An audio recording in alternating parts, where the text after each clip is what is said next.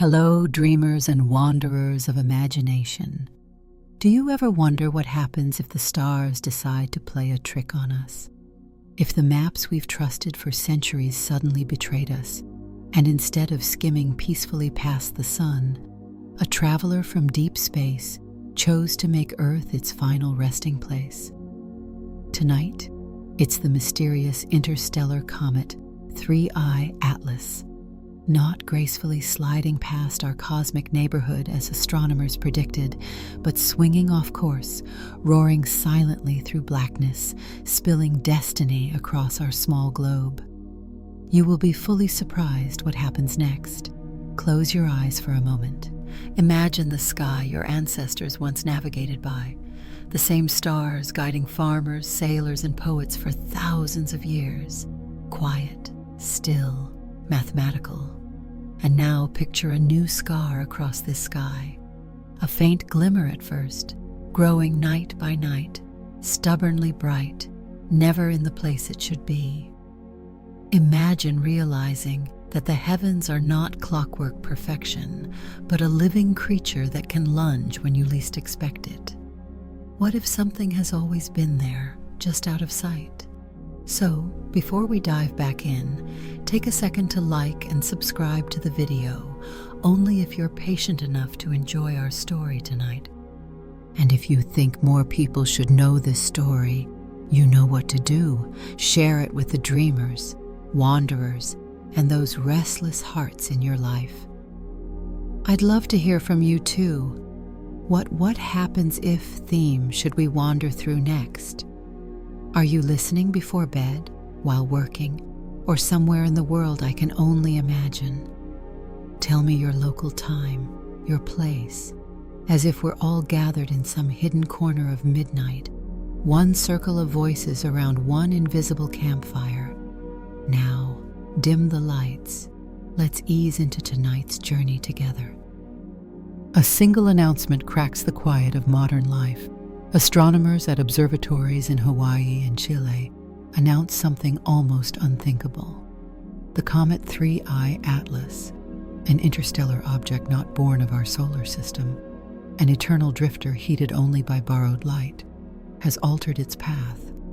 Instruments confirm it, data streams multiply, and software runs simulations that send chills even into the most stoic scientists. Instead of grazing past, this visitor is on a new trajectory. Collision potential. Not certain, not absolute, but heavy and real enough to change the air in every room that whispers its name. You wake to headlines shouting in bold red, "Trajectory shift detected." Your phone buzzes in the early hours. Social media feeds don't stop scrolling. Hundreds of amateur stargazers post shaky footage of a bright smudge, captions shouting, "This is it." The strange thing about first warnings is how pale they sound compared to reality. It's a little like hearing the words, "Your flight's been delayed," when a massive hurricane is actually about to hit the airport. You can almost hear people trying to compress disaster into calm syllables, but you notice a tremor, the unsettling change in your body when familiar things tilt. The hum of the refrigerator suddenly feels louder, like the world is holding its breath. Alone in your room with the glow of your phone, you realize how unnervingly huge silence can be. Fear creeps in when there's no one else awake to measure it against. Astronomers argue online. Some insist the trajectory might nudge away. Others try to calculate what an Earth impact might mean. Shockwaves greater than all nuclear wars combined, oceans gulping continents, firestorms rolling across skies. Somebody posts a meme of dinosaurs pointing up at the sky with the caption, "Not this again." The joke makes you smile for half a second and hurt the next, because sometimes jokes are just fragile shields made of pixels. You wonder, if the end of the world were announced, what would people do first? Would they hug harder or start looting stores for canned beans? Would you still attend work tomorrow? Why would work even matter? These thoughts coil around your head like smoke in a closed room. Here's a detail close to everyday life. In the middle of rumors, one supermarket down your street quietly removes its "buy two per customer" signs. It feels insignificant, but you know it isn't. That small, unnoticed gesture is the first ripple. Someone, somewhere, already preparing for the unthinkable. Have you ever noticed that catastrophe never begins dramatically, but in these quiet cracks where ordinary rules dissolve? The comet itself is still millions of miles away, but you start feeling its shadow already. Reporters ask scientists, "What does this mean?" Ministers step behind podiums speaking of resilience, faith, and patience, yet their eyes dart to notes hidden under glass. Somewhere, financial markets spin in circles like dogs chasing their tails, because numbers lose meaning when your planet has an expiration date. And yet, some part of you still doubts. It's human to doubt, because it's safer not to believe the sky is falling until it truly is. Still, when you look at it, just a speck above your neighbor's roof, you can't unsee it. A cosmic trespasser has chosen your world as its page in history. The first section of this story is simple yet unnerving. The warning has rung, faint and strange, but real. And no one, not even you, knows what it will turn into. The whispers begin not as screams, not as riots, but as uncertain breaths moving through digital threads and coffee shop conversations. People share screenshots of star maps, flight path projections, little simulations drawn from home computers like shaky prophecies. Rumor spreads faster than light, and the strange thing is, it doesn't matter if the numbers are wrong because the fear tastes the same either way. You scroll your phone late into the night, every platform alight with grainy pictures of 3-eye Atlas, some doctored, some real, all carrying the same electric undertone. Something is coming for us. Of course, most don't believe it entirely. A rumor that grand feels better filed alongside Bigfoot, alien abductions, and miracle crypto investments. People half laugh, half shiver, smirking while posting. Guess we're all in a comet movie now. Humor once again becomes the flimsy parachute people sew while falling through clouds. But inside, something gnaws. Picture yourself lying alone in your bedroom when the house settles, noises of wood and pipes echoing just a measure too loud. In that strange silence, you think of the comet winding its invisible path. Fear of being alone with that knowledge makes the darkness unbearable. You want another heartbeat nearby, someone else's breath to remind you of weight and warmth. That's how fear in strange places works. Some ask online, if scientists said we had months or years left, what would you really do? Do you keep paying your rent? Do you finish your degree? Do you keep scrolling, waiting to see if someone else is certain when none of us are? The question latches to your ribcage, heavy. At a bus stop, you overhear strangers murmuring. Corporate workers in suits with sagging shoulders whisper about trajectory and impact. Two kids next to you joke about how maybe no one will fail exams anymore. These tiny hints feel surreal. Daily life still churns, traffic still jams, a street cart still sizzles with frying dough, yet layered atop is a fragile hum of the end. Rumor always reshapes memory. You start noticing symbols everywhere. A flickering streetlight suddenly feels like an omen. An old clock hesitating between seconds reminds you of time shivering toward collapse. Have you ever noticed how quickly humans can paint meaning on anything when they're afraid? Mainstream news stations finally break their silence, and their choice of words is deliberate. Potential deviation. They show animations of Earth and the comet, soft blues and whites arranged to soothe rather than scorch. But the broadcasts don't calm anyone. They simply confirm the whispers aren't nonsense. Once the officials speak, what was a whisper becomes a seed, cracked open and growing. The strangest part of these days is the split between your two realities. In one, you still take your laundry to dry, still answer emails, still sip coffee while thinking about errands. In the other, every glance skyward is a reminder that overhead, a stranger made of rock and ice is sliding closer. The universe itself rolling dice that no human hand can stop. Your neighbor hangs laundry at dusk. The fabric sways against the fading sky, and there it is again above, faint light sharpening night by night. You wonder, what if in some forgotten culture long ago someone dreamt of this exact moment? Would they see apocalypse or renewal?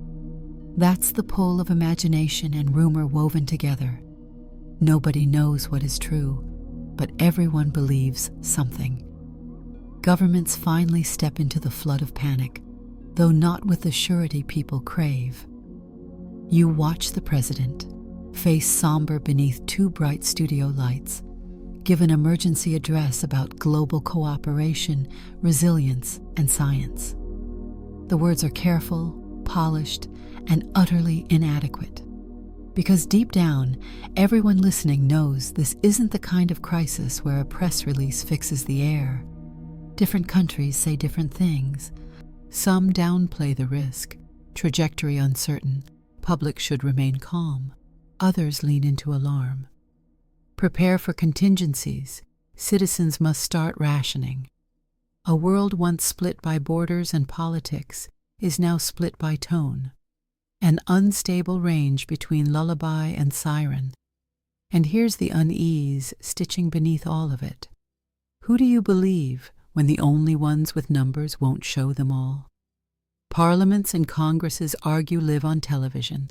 Half the chamber shouts about saving the economy, while the other half mutters about saving the planet first. Politicians who were comfortably corrupt yesterday are suddenly preaching accountability and truth. But their eyes darting downward at hidden papers betray them. The ordinary person watching knows instinctively, when power shakes, its keepers sweat the hardest. There's something haunting about an official telling you to remain calm. It drops into your chest like a stone. That command feels like the opposite of safety. Because have you ever wondered why someone needs to tell you not to panic? Alone, that phrase almost triggers the panic it seeks to prevent. You notice another side effect: silence in crowds, subway stations, neighborhoods, offices. Suddenly people speak less, as if afraid their voices might awaken the sky. Fear becomes an unspoken language. In your workplace, for the first time, meetings open with the strange question, "So, has everyone heard?" Yes, everyone has. And yet, oddly, offices remain open, buses continue their routes, elections carry on, celebrities still post pictures of avocado toast. The surreal duality presses against your brain. The world pretends at routine even as governments quietly activate protocols hidden in basements, prepping underground silos, dusting off Cold War plans long stuffed in drawers.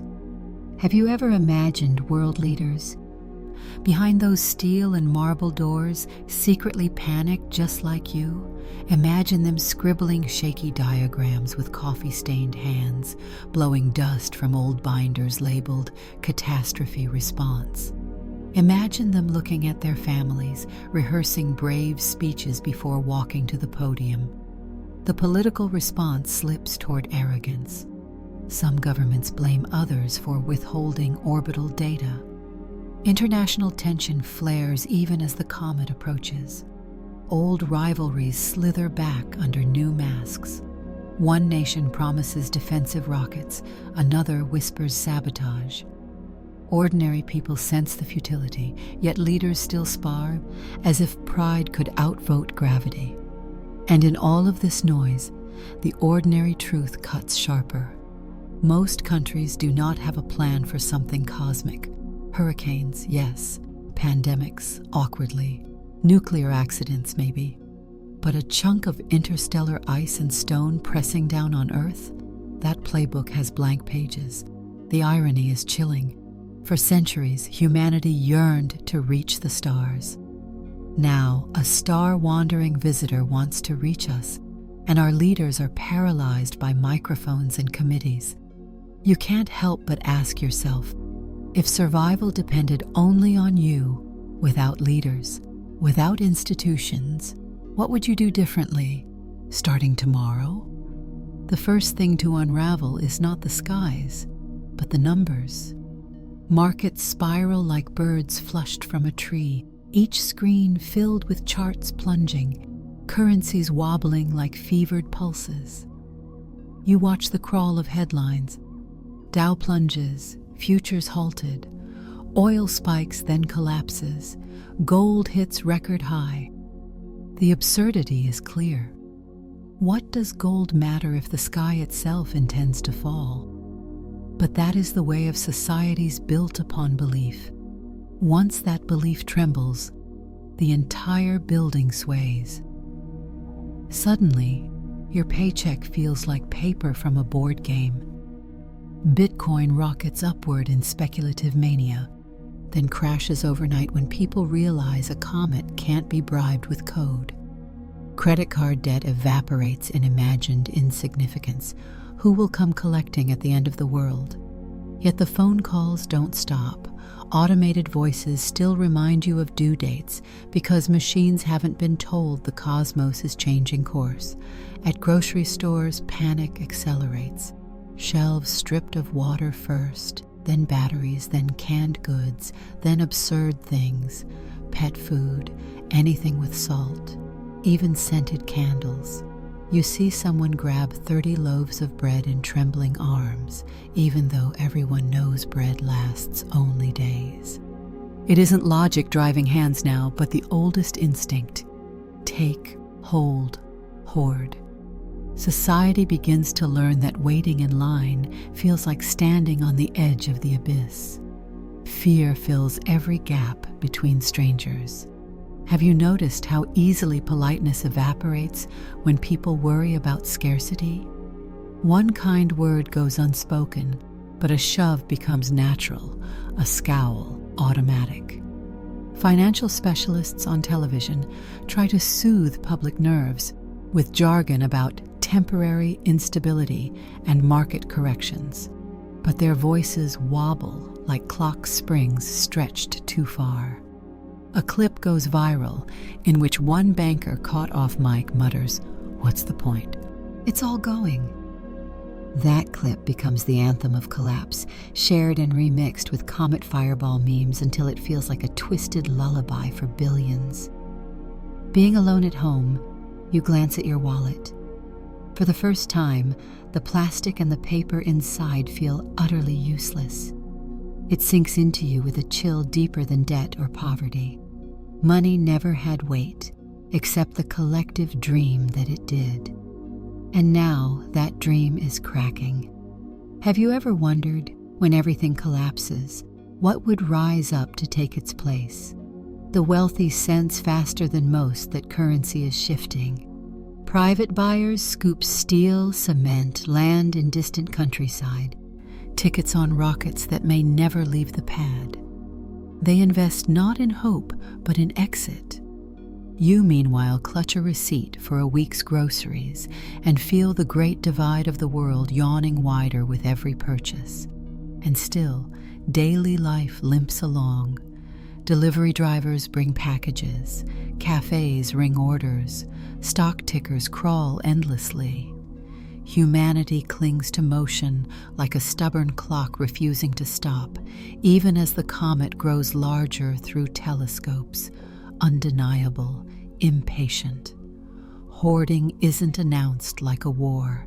It creeps in like fog, spreading unseen until suddenly the shape of ordinary life is altered.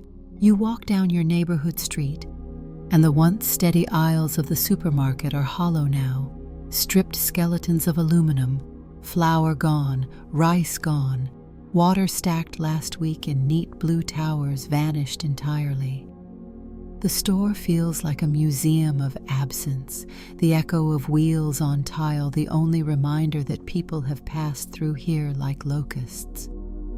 It begins politely. Extra bags of groceries here, a full cart there. Families pretend they're stocking for a long holiday. But subtlety shrivels quickly. Viral videos show fights breaking out. Two strangers grappling viciously for a box of powdered milk as if it were treasure lifted from the sea. And not just food. Fuel becomes the truest gold. Gas stations crowded at dawn, drivers filling every container they can find. Water bottles, paint buckets, even kitchen pots, while warning signs scream, "No unauthorized storage." Who follows signs when the world itself no longer does? You realize that hoarding behaves like a fever. One person burns hot, and suddenly the whole town catches it. You didn't plan to panic, but when you hear your friend confess, "I bought 12 bags of rice," suddenly your own cupboards look insulting in their emptiness. You don't mean to, but your legs take you back out, searching shelves that are already stripped bare. The fear of having less than your neighbor is its own wildfire. Being alone during this is sharp and almost unbearable. Crowds everywhere bristle with bodies, yet the fear is yours alone, clamped like ice in your chest. You shuffle behind another stranger at the checkout, but you can't shake the thought. When the shelves are empty tomorrow, what if someone remembers that you still have a loaf hidden at home? Here's something close to life you might have noticed in quieter times. A jar of honey never truly spoils. Archaeologists once found jars thousands of years old, still edible. Now, as you glance at labels while scavenging through wrecked aisles, honey feels less like a sweet luxury and more like a relic of eternity that you must have. Absurd details like this guide new instincts. What keeps longest? What can hide in plain sight? What might save a mouth for one more day? Videos spread like plague. Families building makeshift cellars, entire apartment complexes pooling supplies. And in the darker corners, tutorials not about creating but taking, lockpicking, raiding, overpowering. Have you ever noticed how catastrophe breeds a strange curriculum? New survival lessons you didn't ask to learn, but now can't ignore. The sound of sirens grows more common. Shops post guards at entrances. The clerk at your small neighborhood store used to nod sleepily at you. Now his hand hovers close to a baseball bat hidden beneath the counter. Every glance between strangers becomes calculation. Do they still have, or are they hunting for more?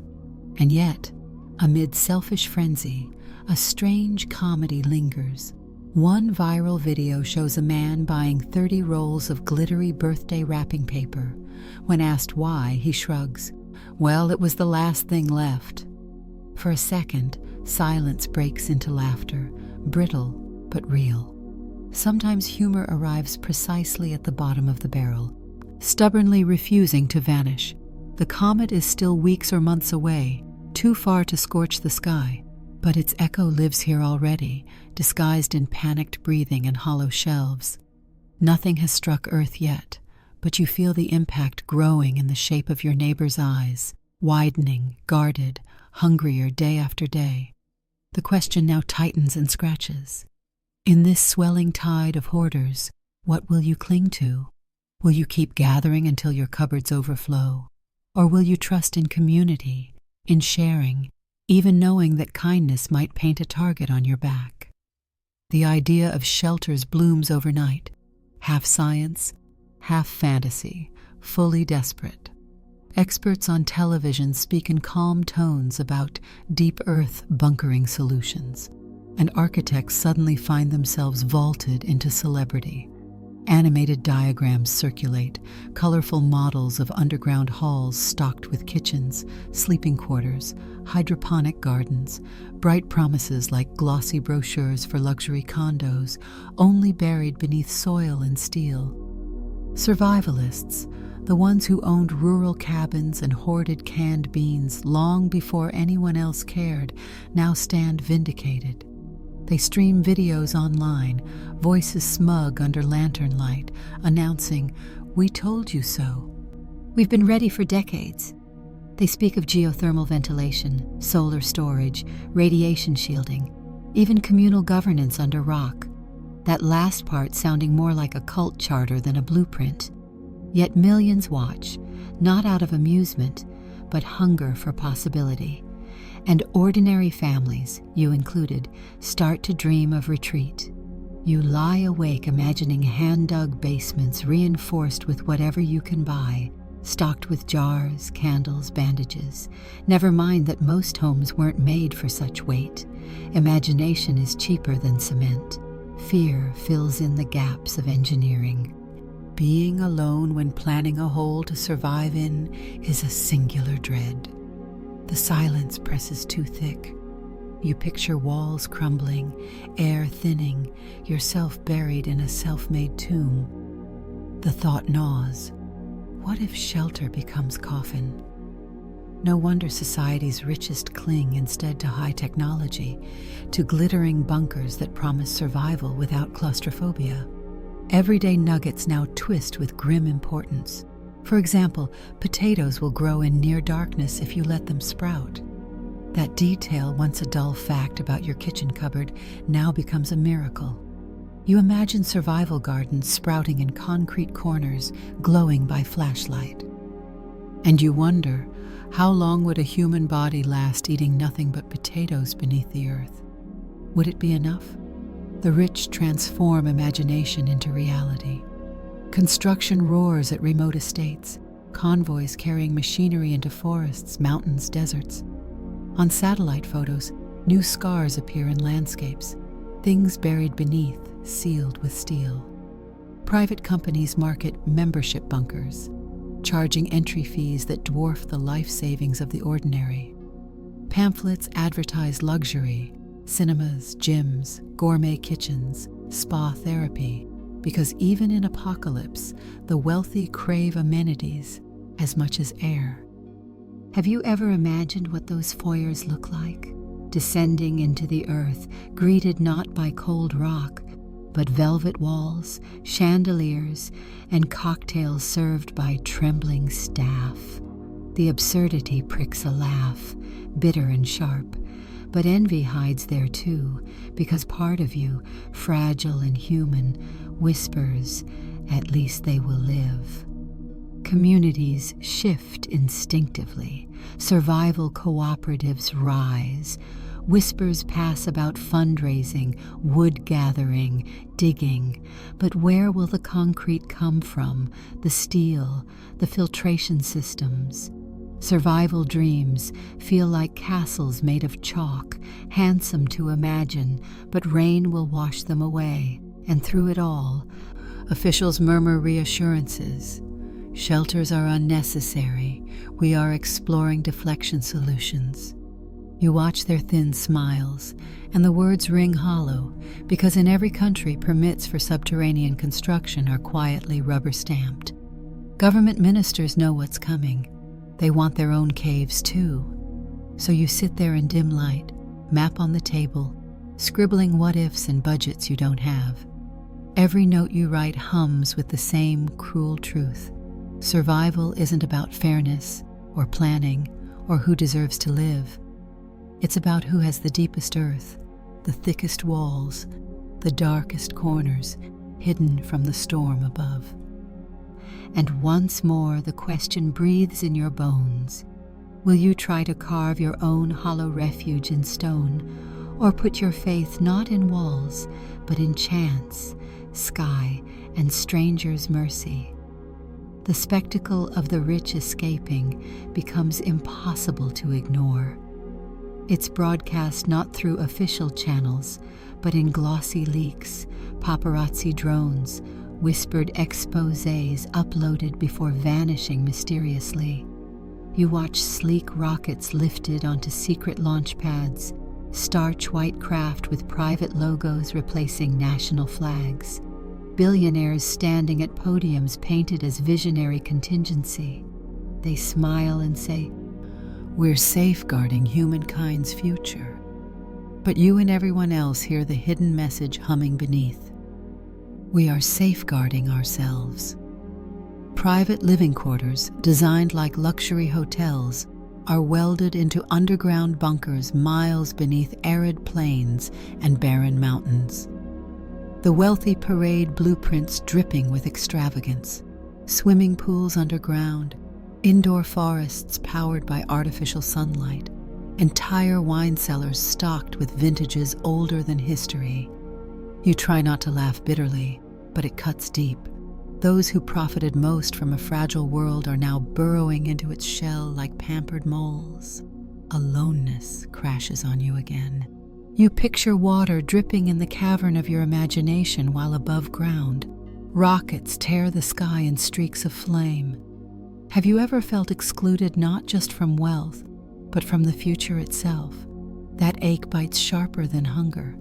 Meanwhile, gossip threads erupt online, passenger lists with celebrity names, corporate giants, high-ranking officials. The masses comb through, searching desperately.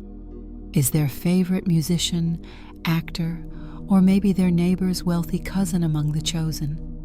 The lists are fake, real, or both. Truth doesn't matter. The spectacle pulls everyone's eyes upward, imagining salvation leaving behind fire trails across the stratosphere. The tragedy cloaks itself in absurdity. One video gains tens of millions of views.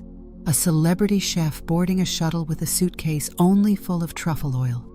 The irony leaves you half chuckling, half aching. Even perched on Apocalypse, humans cling furiously to their ridiculous comforts. Life close to ground becomes starker.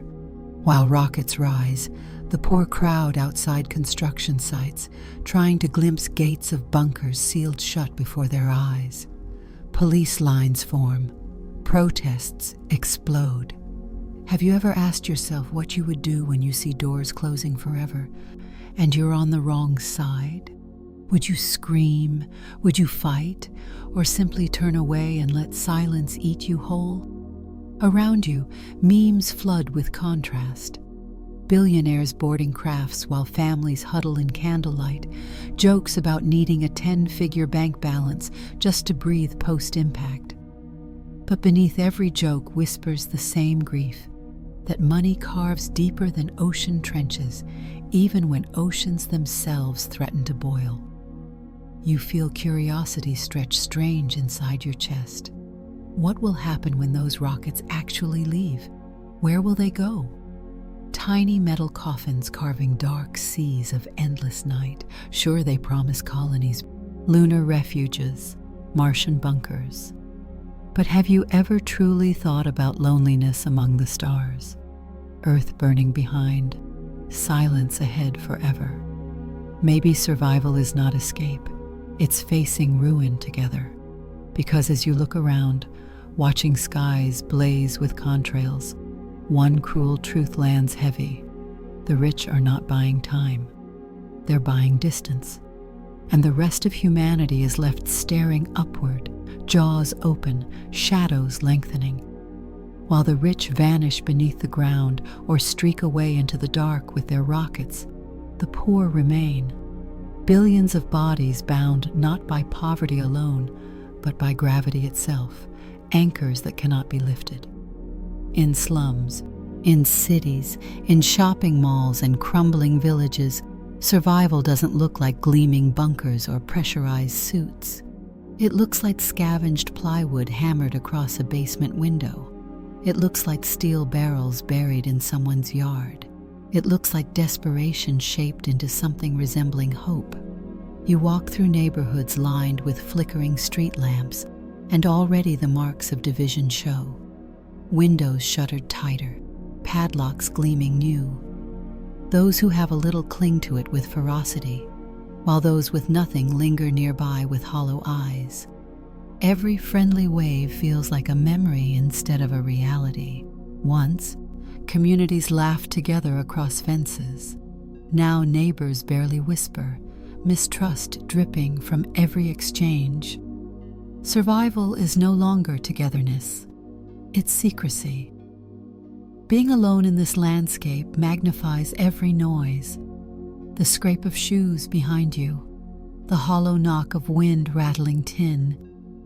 In the quiet of an empty block, your shadow feels too long, as though it belongs to someone stalking you rather than yourself.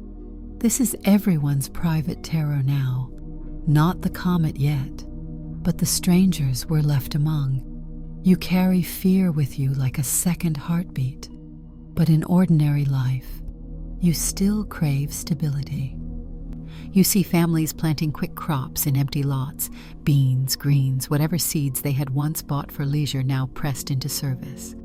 You hear a child laugh at a sprouting stem that split the soil, and the sound touches you more deeply than you expect because it reminds you, humans can, even in ash, drop a seed into dust and imagine a tomorrow. Yet, the inequity is impossible to ignore. One commentator whispers on radio, "The billionaires have bunkers. The governments have bunkers. What about you?" It's a cruel, rhetorical dagger hidden behind calm tone, and it makes you pause. What about you? Even if you stack walls and stock beans, what shield do you truly have against fire from the heavens? Communities attempt group bunkers. Abandoned subway stations fill with cots. Cave mouths become hallowed grounds of whispered prayer. Improvised governments spring up within these caverns. Leaders not elected, but chosen by who shouts the loudest, or who brings the most canned soup. And as always, power distorts quickly. Those without food kneel to those who hoarded. Those with nothing bargain themselves into servitude. Catastrophe is currency reshaped, and the poor become its coins. Have you ever thought about how quickly dreams shrink in famine? Yesterday, someone wished for a promotion. Today, they wish only for a roof thick enough to muffle the sound of meteors tearing the sky. Human aspiration collapses inward like a dying star. You trade a blanket for 3 cups of rice once. The bargain feels unholy and holy all at once. Shame that warmth can be exchanged. Relief that hunger might sleep for one more night. Your mind records it with the weight of memory that you know will cling forever. And yet curiosity presses. What will remain of us when the comet strikes? Will these poor, overlooked, forgotten billions truly perish silent? Or will their stubbornness, their roots in soil and sweat, give birth to something stronger than bunkers could ever hold? Because perhaps the poor are not merely left behind. Perhaps they are the seeds still buried deep, waiting for the fire to pass. In the streets where once traffic roared and neon signs flashed advertisements for weekend sales, religion begins to stride back into the center like an old actor reclaiming the stage. Prophets plant themselves on corners, voices lifted skyward, claiming visions of fire and salvation. Their signs read, "Repent, the heavens descend."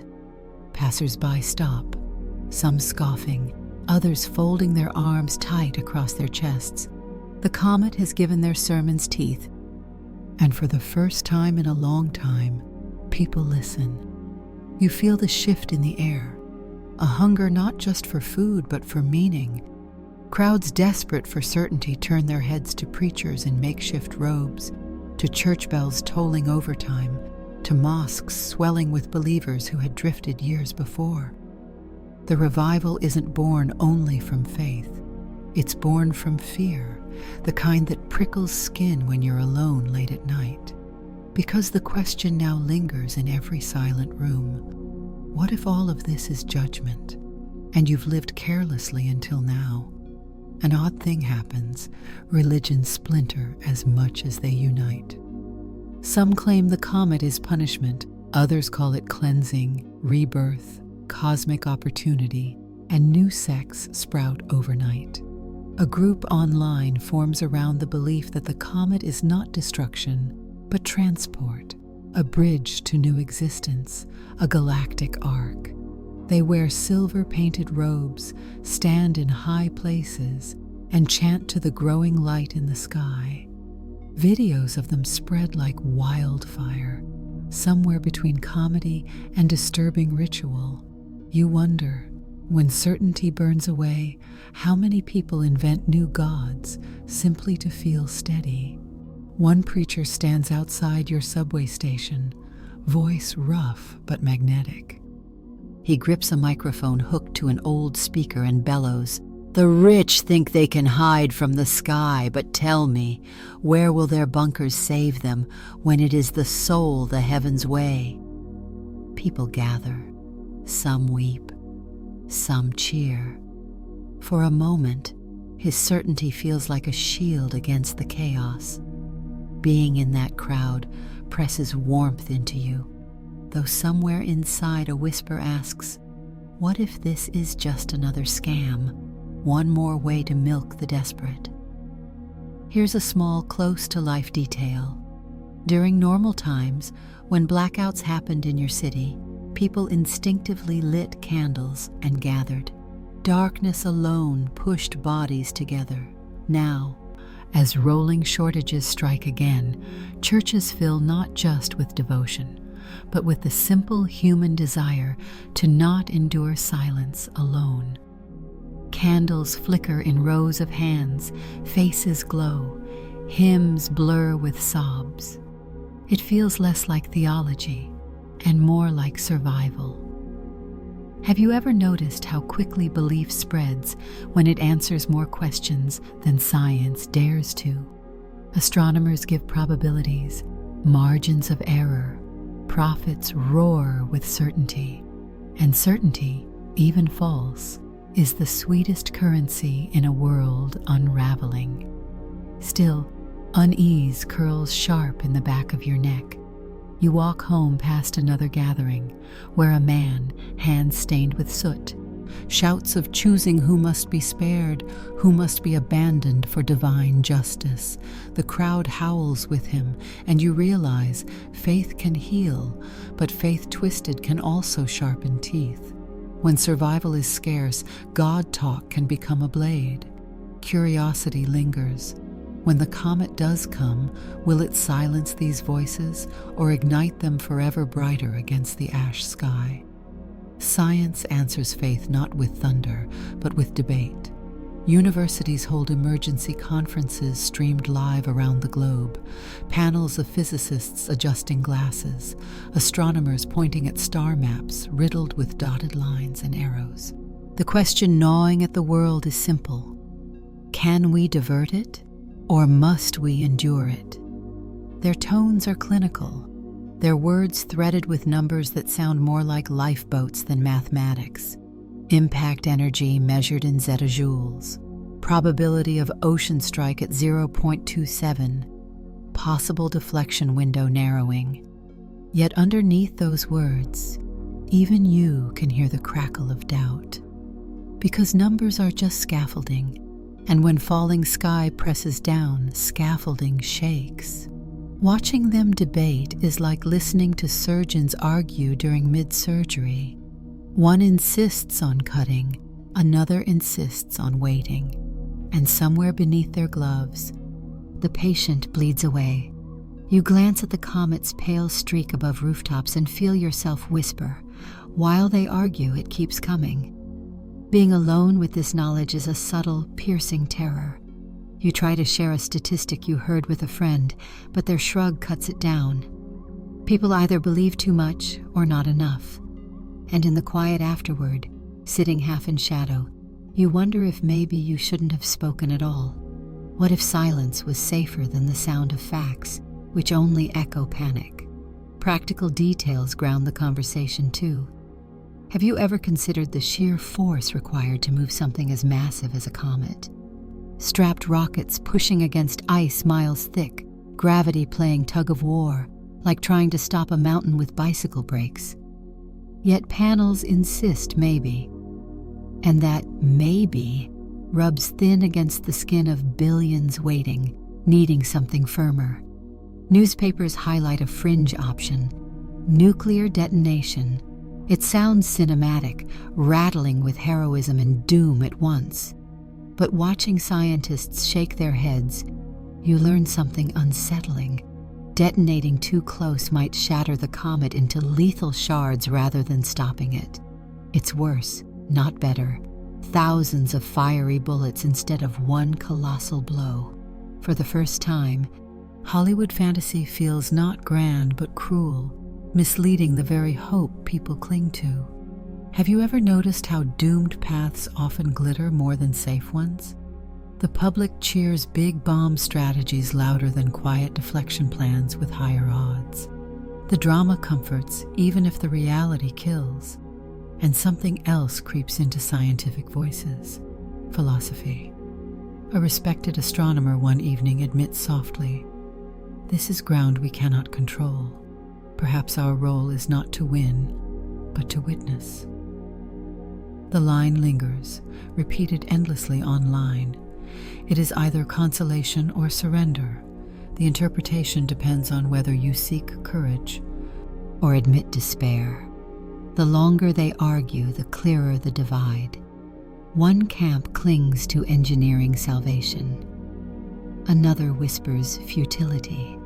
But to you, listening from a small flickering screen, the bitterest truth emerges unspoken. Science cannot give certainty here. It can only outline possibilities, percentages, shadows of what might be. And humans crave certainty most when there is none to give. So the question circles back, heavier than before. If not science, then what decides survival? Luck, faith, or sheer brutal instinct? And which of those will you serve when the window finally slams shut? The world decides to try. Even if try trembles beneath its own weight. Coalitions form overnight, alliances stitched together less from trust than from sheer terror. Nations that bickered just months ago now pool weapons, ships, labs.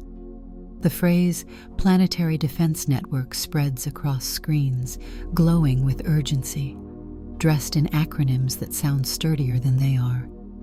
Humanity is suddenly united not by love, but by fear of one shared fireball. Factories switch from cars and planes to rocket shafts and reinforced casings.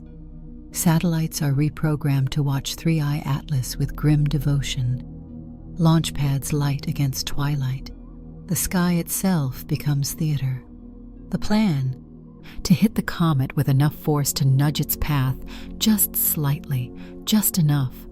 A cosmic billiard shot measured against eternity.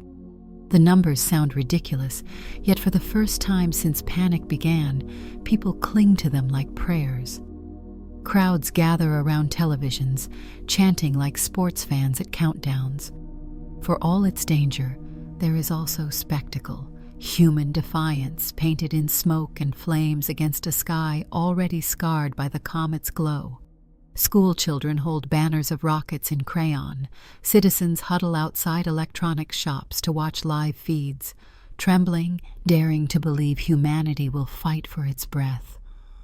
But you, standing in those crowds, notice what no one speaks aloud. If this fails, everyone sees it fail together, and the dread of that public collapse hums sharper than hope. Alone in your bed that night, the stillness presses so heavy that your fear of the dark becomes unbearable. Have you ever noticed how much more terrifying silence feels after you've witnessed a billion people cheer, as if the quiet might swallow their roar and prove it useless? Interesting detail close to life. Computer models of orbit corrections rely on software, so every day you've probably used its cousins. Simulation engines similar to those behind video games. The same math that draws monsters into your living room through VR now tries to steer the planet's fate. Strange, unsettling, that survival leans partly on code once written to spawn pixelated dragons. When the launches roar, your heart jolts with them. Billowing smoke, white contrails bending skies. Dozens of rockets rising like steel branches clawing for stars. Humanity looks almost beautiful in that moment. Frightened animals dressed in courage, clawing at infinity itself. And then, the silence afterward, the unbearable waiting. Probes impact, data streams pour back. Analysts parse figures, eyes fevered, lips tight. For days the world hangs between hope and collapse. Street strangers glance at one another, hesitant smile lines forming, dissolving, forming again. And then whispers spread. The correction wasn't enough. Too little force, too late. It's not total failure. The Earth isn't immediately destroyed in graphs, but the trajectory has narrowed, possibility slimmed. What was a window of safety shrinks to a slit of light. You picture yourself gripping a door that's almost closed, fingertips whitening as wood groans. Humanity threw its fist at the heavens, and the heavens staggered, but did not fall. The bitter irony gnaws into you. The richest still hide in their bunkers. The poor still fight for bread. And between them, governments fling steel into blackness, as if desperation alone were thrust enough to shift fate. But the comet keeps burning bright, remorseless, patient.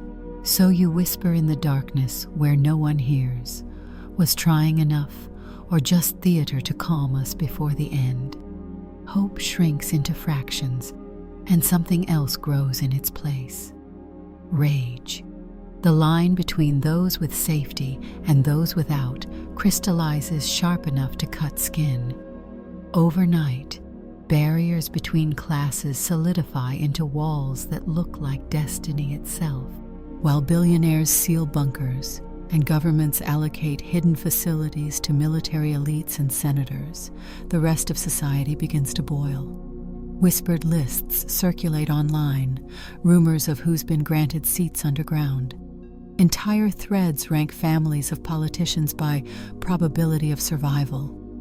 And suddenly, every public figure you see on the news carries a shadow. Faces you trusted now look smug with secret ticket stubs clenched tight. They have shelter. You don't. You notice the shift in street voices. It's not just fear, it's fury humming beneath every syllable. The cashier who once smiled at you now mutters bitterly, "People like us will be ash." The bus driver flicks the radio off mid-report, hands white against the steering wheel. And you feel it too. The old bitterness of inequality, already sharp in daily life, is now stretched across apocalypse. Being shut out from wealth once meant missing vacations, missing luxuries. Now it means missing survival itself. The fear of being alone warps harder, stranger. You imagine the night of impact, yourself pressed under concrete while others sip filtered air beneath chandeliers underground. That isolation is more terrifying than death. The knowledge that you will be one of billions erased, while a select few watch from hidden thrones. Have you ever wondered, does survival still mean humanity survives, if only fragments remain, preserved like fossils of privilege? Here's a raw slice of ordinary life turned upside down. In cities, old subway tickets become tokens of envy and hope. Because subway tunnels, those same grimy, leaking corridors you once cursed for delays, are now whispered about as fallback shelters. People bribe workers, plead for access, beg engineers to leave doors ajar. Suddenly, a homeless man who knows every tunnel turn by memory becomes more valuable than a banker with a penthouse. Strange how swiftly Worth rearranges when the sky tilts. Protests surge. Crowds chant outside government buildings, flaring against barricades. One group carries signs. We share the sky, we share the ground. Another paints walls crimson, scrawling, "No bunkers for billionaires." Police lines tighten, rubber shields glint. But in some cities, even rank-and-file officers drop shields and join chants, reminding the powerful that divide runs deeper than they imagined. Have you ever imagined having your life weighed on a cruel, invisible scale, your worth measured not in kindness or labor, but in what room you got access to when a rock fell from the stars? The wealthy respond in silence. Bunkers lock. Entry becomes biometric, sealed with armed guards. Even supply trucks vanish under military escort, no longer stopping in towns, not risking glimpses. The sight of a convoy passing, thick tires grinding dust, feels like salt in an unhealed wound. And the longer it simmers, the more glaring the question grows in you, electric and relentless. If survival itself is rationed, who decides who deserves to live? The comet hasn't hit yet, but humanity's moral impact already has. It starts quietly at first. Just whispers of theft, a gas station looted on the city's edge, a caravan of food trucks hijacked on the highway. But quiet doesn't last long. The tension that's been boiling through streets and screens finally boils over, spilling into fire and fists. By now, survival isn't just about preparation or faith. It's about taking. You witness it firsthand. A supermarket you passed every day is now stripped hollow, not by shoppers in checkout lines, but by mobs who smashed glass doors to flood the aisles like a tide. Boxes are ripped open mid-run, canned beans roll under frenzied feet, shelves collapse into the screams and laughter of chaos. The security guard who once nodded at you is long gone. Police sirens never arrive anymore. The order is already gone. Walking home through shattered streets, you realize how loud survival sounds. Glass crunching, boots pounding, distant wails where two groups clash over fuel tanks.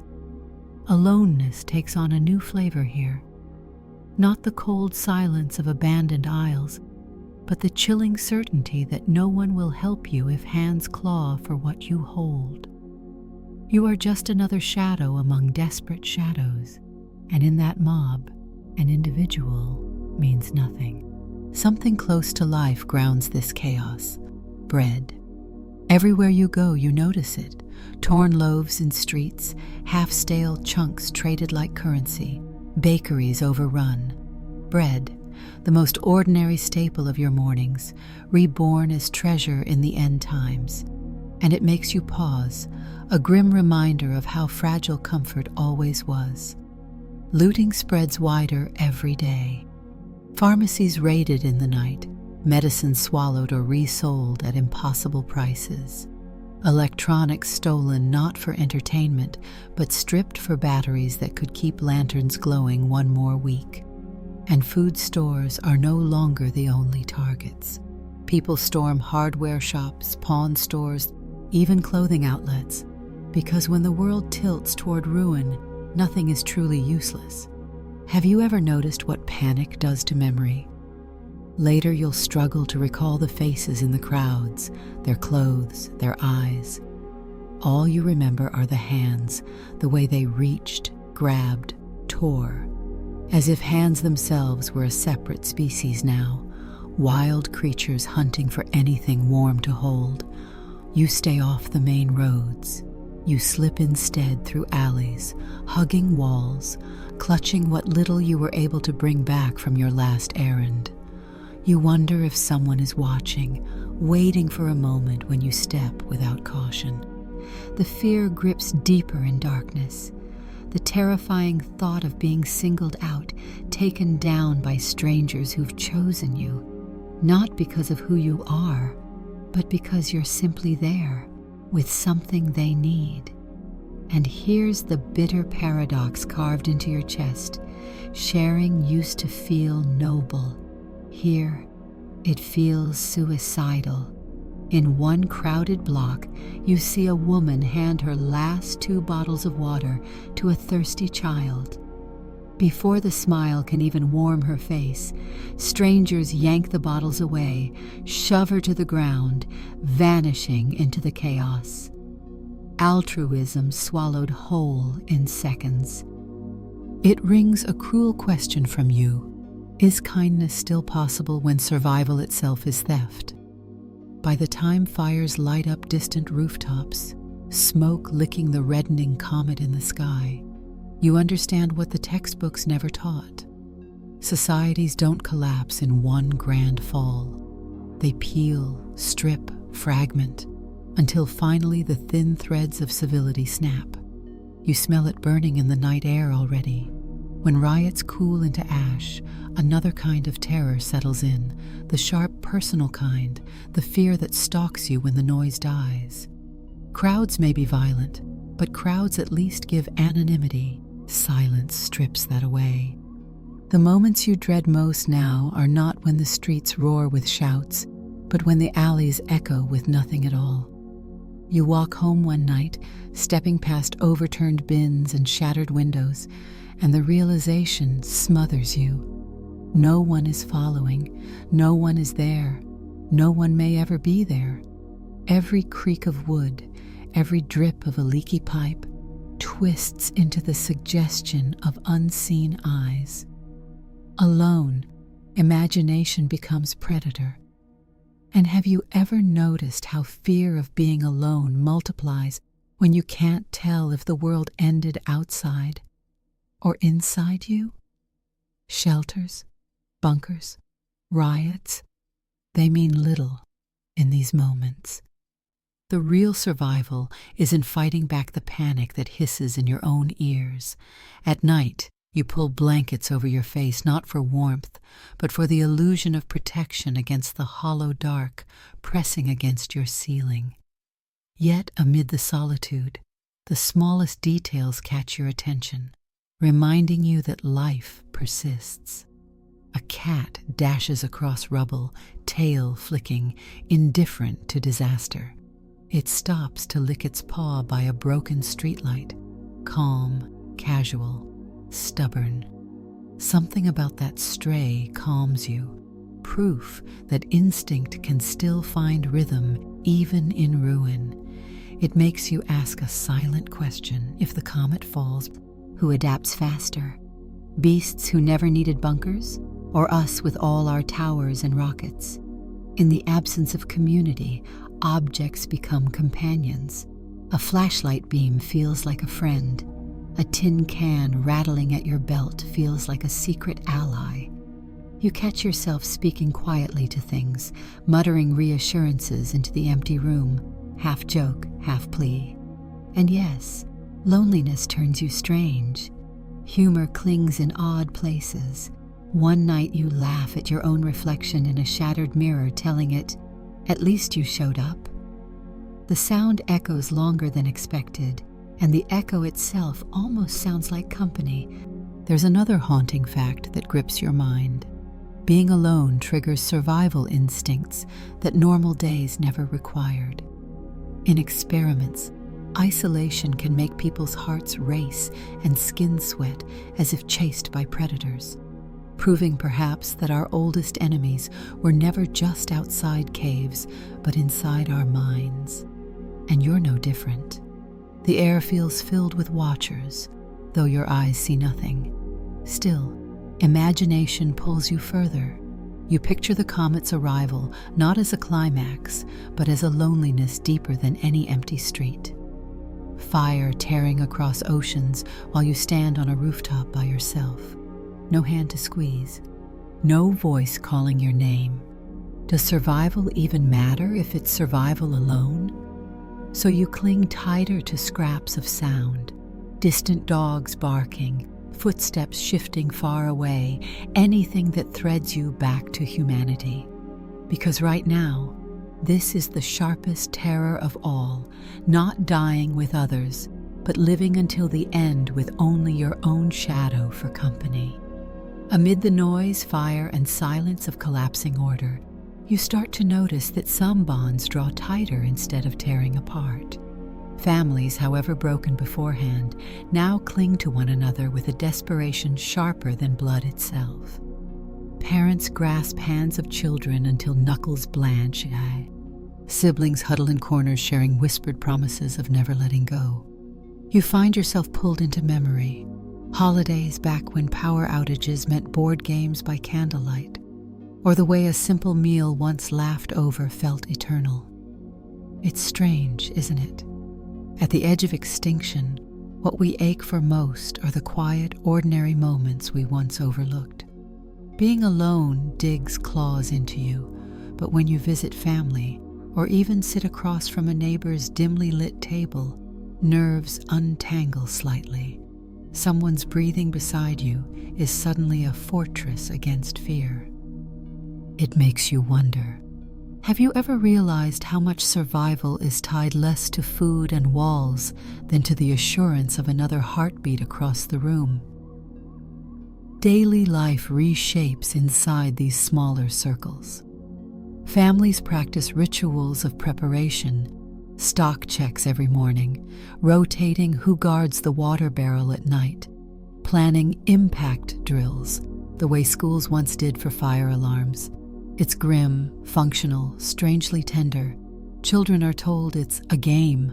Who can pack their survival bag the fastest? They laugh, giggle, race for blankets.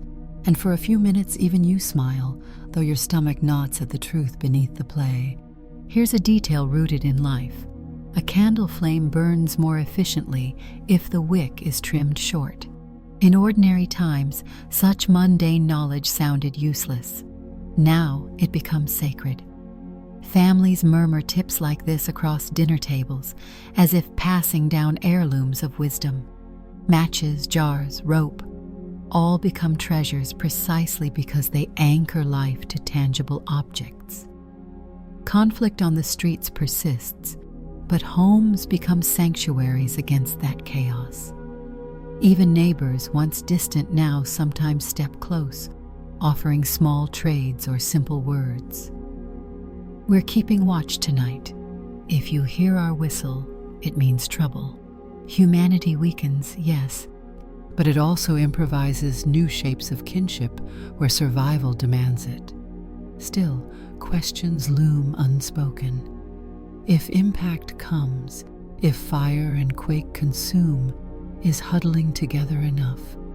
Do families remain strong when catastrophe devours days instead of hours? You look at your relatives, faces shadowed by candlelight, lips pressed with brave smiles, and wonder how long love can carry bodies if resources fail. Have you ever imagined what your last family meal would look like? Not in a sentimental movie sense, but raw reality. Sitting at a table with little more than dry bread and tepid water, yet treating it as if it were a feast because the act of sitting together is louder than hunger. These bonds bloom like defiant flowers between cracks of ruin. They may not guarantee survival, but they soften despair, and sometimes that feels like the greater victory. Because maybe, when the sky does fall, you'll remember less the comet itself, and more the hands you held in its shadow. And then, amid the bitterness and hunger, something unexpected appears. Kindness from strangers, quiet and almost shy, yet piercing like a spark in dark water. You'd grown used to suspicion, to people clutching their food as tightly as their fear, glaring from shadowed doorways. But once in a while, humanity exhales differently. Someone risks sharing, giving not because they can afford to, but because they can't bear not to. You see it one evening in an alley lit only by fractured moonlight. A man who's lost his family presses a jar of pickled vegetables into the hands of a mother with 2 children. She protests at first. "It's all you've got." But he pushes it into her palm, voice rough. "They need it more." He turns away before thanks can cripple him. And the strange thing, you realize the gesture nourishes more than the food itself. It feeds the belief that not everyone has surrendered their soul to panic. Being alone at times like this can feel more suffocating than hunger. You crave connection, not just calories. So when a stranger smiles at you on the road, a simple curve of lips amid exhausted faces, it's enough to shift something in your chest. Because the fear of loneliness hasn't vanished, but it eases when you know someone, somewhere, still recognizes you as human. A detail close to life pierces unexpectedly. Someone hands you tea. Not in a porcelain cup, not steaming, just weak leaves steeped in water, barely warm, poured from a tin mug dented with age. Yet when you sip it, the taste slices memory open. Quiet mornings, cafes, the dull luxury of peace. That one swallow feels like a gift larger than gold. Little things, ordinary things, become miracles in their retrieval. And you wonder, if humanity can still extend small graces, what else is possible? Have you ever imagined strangers crafting entire new cultures from scraps of generosity? Perhaps in caves, someone teaches children lullabies, not because food is plenty, but because songs still matter. Maybe in subways, people start evening rituals of candlelight storytelling to remind themselves they are not beasts, but beings with lineage, with myth. Of course, kindness is fragile. Once after you share 2 cans with a neighbor family, another man scowls, mutters that generosity is weakness, even theft. He spits into the dirt near your feet. For him, survival means guarding, not giving, and you walk away uncertain. Were you foolish, or did you light a small fire worth keeping? Here's the truth. Generosity may not postpone the comet, but it stitches dignity in places where everything else tears. It shifts the rhythm of breathing, even briefly, restoring the strange courage required to see another sunrise. So you carry that question with you like a talisman. When everything strips away, is it safer to hoard or to risk compassion? And which, in the end, lets you survive as a human instead of only a body clinging to days? Law, once a spine holding the body of society upright, begins to bend and splinter under the weight of chaos. Police stations still stand, courtrooms still echo with hollow steps, but the rituals of order no longer grip the streets. You see uniforms still, officers with badges dulled by the soot of riots, but their loyalties fracture in ways that feel irreversible. Some cling fiercely to duty, patrolling neighborhoods, breaking up looters with the last flashes of discipline. Others simply vanish, absorbing into their private circles, guarding only their own families. Armies too divide. Some units remain tightly drilled, guarding underground government bunkers, escorting convoys filled with supplies, the image of a military still intact. Yet scattered rumors trickle out of desertion. Soldiers lay down weapons, refusing to be pawns while their leaders burrow safely under steel. Those who stay loyal are feared as much as respected. Are they protecting civilians or protecting the gates to survival that you'll never enter? The most subtle change is the one that chills you most. The laws of paper no longer match the laws of street. The book says theft is crime, but when a father steals bread for his daughter, who dares enforce it? Is it still theft if refusal means death? Have you ever stopped and asked yourself what law even is when the sky counts louder than any courtroom hammer? Here's something close to everyday life that gnaws differently now: curfews. You grew up grumbling when your parents demanded you come home early, when officials hinted about keeping safe. Now, curfew arrives not by order, but by instinct. Everyone disappears behind barred doors when night falls, not because the police enforce it, But because lawlessness prowls, silence becomes its own legislation, invisible, chilling, absolute. Being alone after curfew is unlike any fear you've felt. The street lamp flickers above you, shadows ripple across walls, and every sound becomes exaggerated.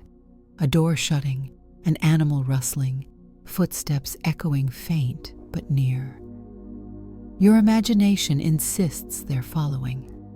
And in that hollow moment, you realize the most brutal law left is loneliness itself. Because when authority shatters, connection is the last form of protection you have. Have you ever imagined what power feels like when no law abides? You see teenagers on corners wearing scavenged uniforms, badges glittering like toys they stole.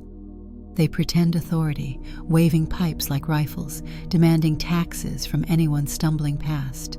Laughable, tragic, dangerous. When law's spine cracks, pretenders sprout in the gap, eager to rule even for an hour. Governments scramble, emergency decrees pass, martial law stamped in ink. Yet what good is paper against smoke and hunger? Broadcasts declare rioters criminals, promise justice will come, but to you and to everyone else, those words ring hollow. Justice itself feels like a ghost, something that lived once, but now drifts invisible through cracked streets. And the cruelest thought creeps into you as you watch soldiers guard bunkers and politicians' estates. The law is not gone. It's just been redirected. The rules still exist, but they're no longer about justice for all. They're about shielding the few. So you stand there on a corner, listening to boots crunch nearby, sirens fading, and you bite the question onto your tongue. When law no longer belongs to the people, is it still law, or has it become just another weapon of survival out of the cracks in broken governments? New rulers crawl. They don't rise with ballots or law, but with clenched fists and voices that cut through chaos, sharper than any blade. In neighborhoods abandoned by police, self-proclaimed protectors seize power, men and women draped in stolen uniforms or armor pieced together from scrap. They call themselves commanders, guardians, emissaries of survival, but everyone knows what they really are. Dictators of the end. You see them gather loyal followers, not through promises of justice, but through the purest currency left: food, water, safety. "Pledge yourselves to me," one leader bellows to a crowd in the town square. "And you and your families will eat," and starving masses do not hesitate. Have you ever wondered how many freedoms you'd surrender for a gallon of clean water? Watching that moment, you understand. Dignity erodes fastest when the stomach screams the loudest. Being alone in this climate feels like walking naked through a storm. These new lords of ruin build fragile kingdoms street by street. And if you belong to no group, no banner, you are prey wandering in open daylight. A single glance could decide your fate. Are you useful or expendable? The unsettling quiet of isolation presses harder than ever. And yet some strange comforts are hidden in flashpoints of life. One makeshift regime issues ration cards cut from old playing cards. Bread is stamped with the Queen of Hearts, grain with the Ace of Spades. At first you laugh, this absurdity of monarchy printed into loaves, but the laughter curdles when you realize these scraps of paper are now law, replacing the currencies burned away. Even the smallest details in collapse can sculpt bizarre new orders. Everywhere, dictators mirror the same rituals. They climb atop trucks, promise salvation, demand loyalty. Caves and subways transform into thrones, their walls painted with crude symbols, flaming meteors, animal totems, new flags stitched in haste.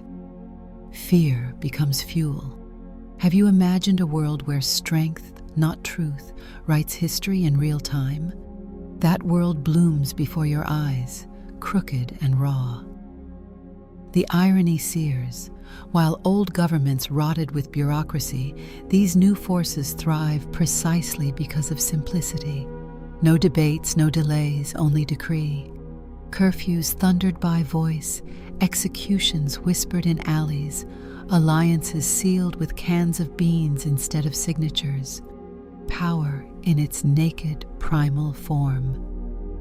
You overhear a chilling truth in passing. Some of these rising rulers don't pray to escape the comet. They pray for it to impact, to scorch the old order permanently, so their thrones in rubble become eternal. You shiver, realizing apocalypse isn't tragedy for all.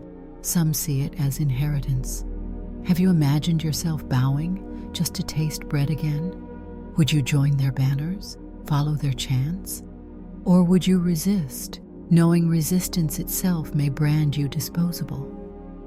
The comet hasn't touched down yet, but already humanity is fracturing into feudal shards, each ruled by desperate hands. And watching this unfold, one question pulses sharp. When the sky finally falls, will these dictators crumble in the fire like the rest? Or will they be the first kings of Earth's next age? The comet grows impossible to ignore now.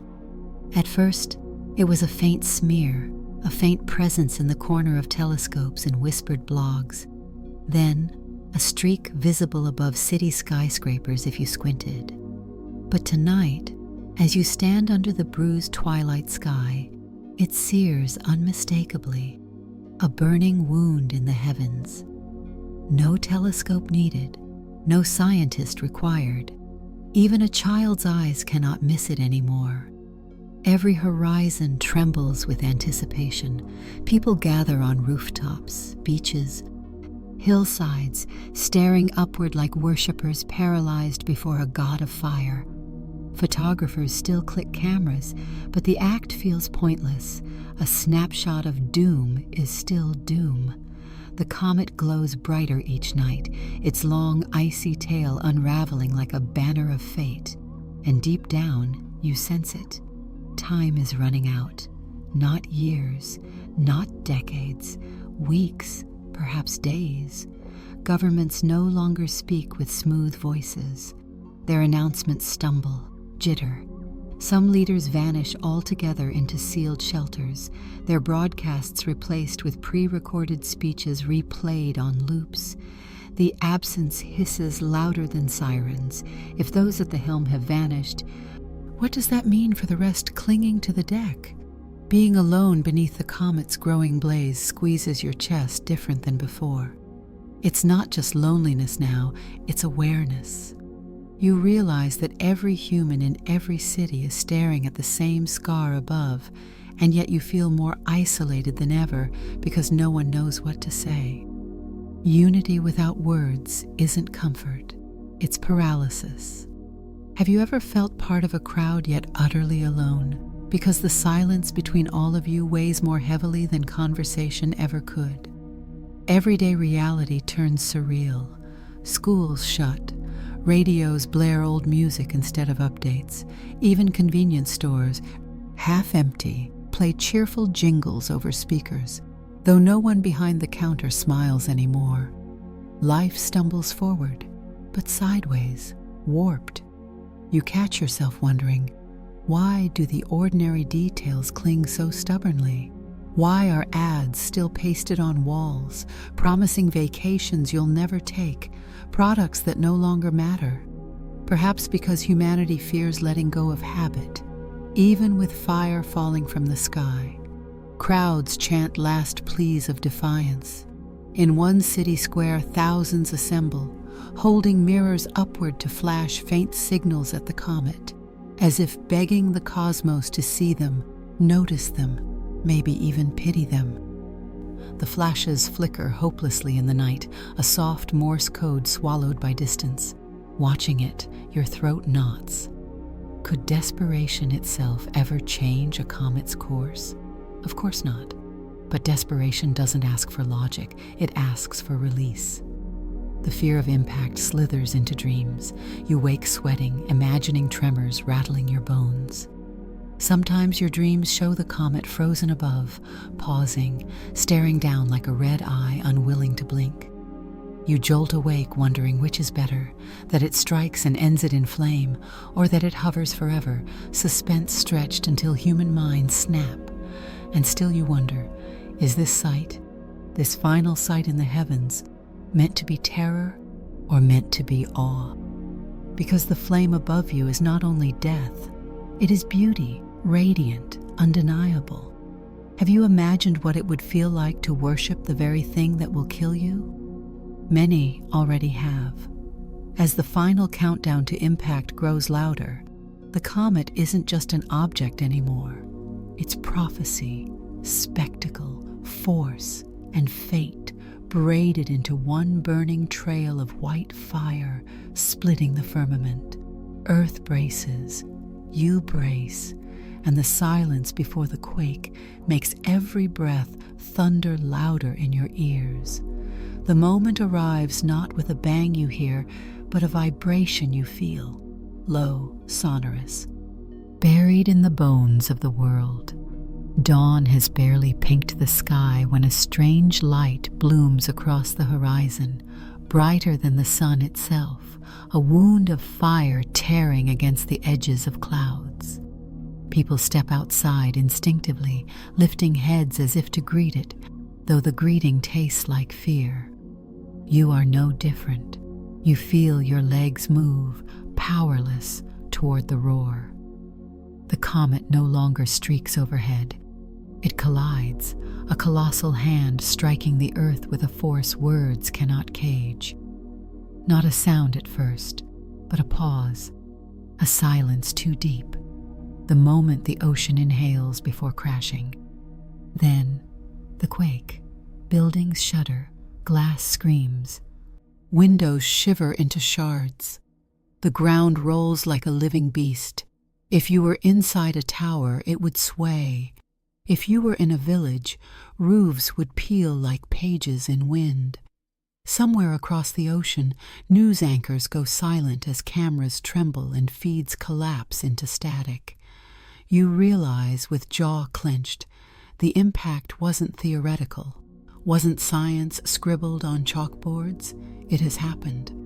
The thin thread of possible survival frays against that reality. Being alone during the quake feels like standing at the top of the world while it melts under you. Walls groan, dust rains down. You want to call for someone, anyone, but your own voice rattles in your throat, accusing you of futility. Have you ever considered how terrifying it is not to be swallowed by fire instantly, but to wait in echoes and tremors for what follows? The ocean itself revolts. Tsunami sirens wail, though their warnings feel feeble. Walls of water rise, mountains made liquid, devouring shorelines like snacks. Ships topple, ports vanish, coastlines erased in one sweep. For inland cities, the punishment is different. Shockwaves rip open highways, bridges snap like brittle bones, rivers spill banks with fury. A detail that brands itself into your senses, the smell. You always imagined apocalypse as thunder and light, not scent. But now, sharp tangs of ozone and scorched earth sting your nostrils, mingling with the acrid smoke of power lines split open. The world smells like burnt metal, and that smell may never leave you. Fires surge spontaneously. Entire blocks flare as if invisible hands dropped matches on every roof at once. People run, not toward safety, because there is none, but in blind loops, scattering like ants drowned beneath spilled water. And oddly, amid the chaos, you hear laughter. One man, hair wild, spins in circles shouting, "I told you! I told you all!" His joy is madness stitched to terror. Have you ever imagined that some would celebrate the end, giddy with vindication? Now you see it. The comet's crater lies distant, thousands of miles from you. Yet distance no longer matters. The earth itself transmits the pain. Skyscrapers lean, their spires bending against winds made monstrous. Forests ignite as if they'd always been soaked in fuel. The sky turns violet gray, flame reflected against churning clouds. And inside you, two truths wrestle, awe and horror. Because though death roars closer, a part of you marvels. The sheer power, the spectacle, it is sublime in the oldest sense of the word, terrible and magnificent beyond comprehension. Those who see it die, but they also witness. And witnessing feels, in some twisted way, like a privilege. So you cling to that last burning question. What comes after the firestorm? Is this collapse the end, or the cracked door of something stranger, perhaps even survivable, waiting on the far side of destruction? The sky changes first. Where once it bled orange and blue in mornings, where clouds stretched like familiar blankets, now a curtain of ash unfurls. The comet's collision vomits dust, smoke, and pulverized rock into the atmosphere in a plume so thick it smothers the sun. You look upward, but the familiar warmth is gone. Noon becomes twilight, twilight becomes night, and night becomes something permanent. The temperature drops faster than you imagined. Winds bite skin raw, breath clouds even indoors. Fires still rage on horizons, but their heat dissipates against the choking cold settling in. It feels like the entire earth inhaled once, then forgot how to exhale. And you realize this is the beginning of a nuclear winter, except no nuclear bomb ever dreamed of this scale. Being alone in this dim chill is unbearable in ways different from riots or impact. Sound itself muffles beneath the blanket of ash. Your own footsteps feel swallowed in dirt. This solitude isn't emptiness now. It's cosmic indifference pressing against your lungs. Have you ever felt like the universe itself forgot you in a corner, shadowed you out of its light? Small details of life mutate into desperate lifelines. Scarves become constant, wrapped even in sleep. Candles, once tokens of dinner tables, become guardians, each flame a stubborn survivor against endless gloom. But wicks thin too quickly, wax melts too fast. And soon even light itself feels like a ration to count. You find yourself curling fingers around a single flame, as if pinching it tighter might stretch minutes longer. The ash doesn't just block light, it poisons water, clogs rivers in black sludge, coats every fruit and leaf in grit too bitter to consume. You recall a fact you once skimmed in a book. Volcanic winters have starved civilizations before, just tiny eruptions compared to this collision. Now you live inside that memory-writ global, and the thought shakes you. Did they imagine it felt this endless? The air carries new fears. Whispers about the gray lung spread. People hacking in alleyways, cloths tied across faces.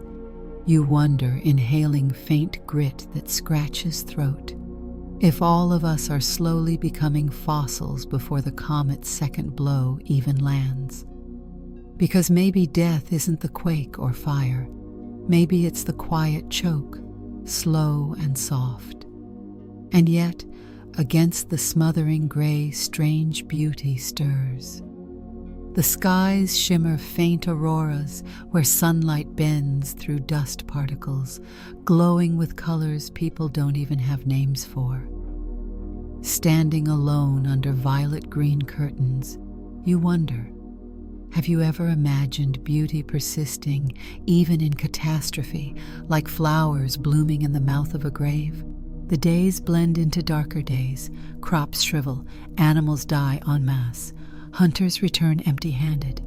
Hunger becomes a second cold simmering beneath skin. Fires flicker in homes not for light, but just to remind fragile families that flames still exist. The comet struck once with fire. Now it strikes again, but slower, turning the planet into a frost-bitten carcass, trembling under its own shroud. And the question digs deep. If light itself has been stolen, where do you search for dawn? In the weeks after the skies turn black, survival shrinks down to its ugliest essentials. No longer about who has money or titles or even sturdy walls. It's about who can keep moving between the ruins, scavenging just enough to see another day. You become a scavenger, though that word once belonged to wild dogs and rats. Now it belongs to you. Your daily ritual transforms into quests, stepping into skeletal remains of once lively shops, kicking through shards of glass, crouching between overturned shelves. Where you once browsed neatly stacked aisles, you now scrape at corners where dust and wrappers conceal overlooked crumbs. The stores smell sour, a mix of rot from spoiled goods and the metallic tang of broken freezers. Being alone during these scavenger days snags deeper than hunger. Every creak in a room tells you you're not meant to be there, that a stranger might appear, and strangers are hungrier than trust can handle. Silence thickens around you like a predator lurking just out of sight. Have you noticed how even your breathing feels too loud when you don't want to be found? Interesting scraps of daily life warp into treasures. A tin of instant coffee suddenly feels royal. A half bag of rice tucked behind a shelf feels like you've unearthed gold. Once, you pry open a vending machine in a darkened subway station, fingers raw against metal, and it spills a packet of stale peanuts into your palm. You laugh out loud in the empty dark, a sharp and lonely sound, because peanuts have never felt like salvation before. Scavenging is not only about luck, it's about questions that needle endlessly. Do you risk the main roads where goods still linger, but eyes stalk? Or do you risk the abandoned outskirts where silence guards emptier prize, which kills faster, hunger or ambush? The fear of returning home empty-handed presses heavier than the cold. You remember sitting at a table full of dishes just months ago, food you barely finished. Now, you find yourself weighing if a half-moldy loaf is still edible. Hunger teaches new rules the old world never dared to mention. Have you imagined yourself scraping mold off bread, trying not to think at all, only to chew quickly and wash it with gritty water? You don't need to imagine anymore. Sometimes, kindness resurfaces even here. You stumble upon a stranger who shows you how to boil pine needles into bitter medicinal tea. It tastes like wood shavings, but faintly soothes your aching chest. Unexpected knowledge becomes the new light in these ruins. But always, danger prowls near. Riots may have lessened, but desperate bands stalk ruined neighborhoods, scavengers turned predators. They move in groups, eyes like hollow pits, searching not just for food, but for someone weaker. You dodge them, slipping like a ghost between ruins, heartbeat loud in your ears. Every step asks the question, is this survival, or is this slow hunting until it's my turn to be prey? You keep walking anyway because hunger doesn't negotiate. Scavenger days don't ask what kind of person you want to be. They only ask if you're willing to bend enough, scrape enough, silence enough, so the faint shape of tomorrow still exists when dawn drifts through ash. Soon, survival stops being an individual race. Leftover scraps vanish, predictable routines dissolve, and humanity rearranges itself into something primal. Tribes. Not tribes in the ancient sense of lineage and tradition, but desperate gatherings where proximity, trust, and necessity fuse strangers into fragile units. You either belong to one or you drift alone. And in this new world, drifting is almost the same as dying. You encounter them gradually. A scarred group huddles in an abandoned school, desks stacked into barricades, fire flickering in a stolen metal drum.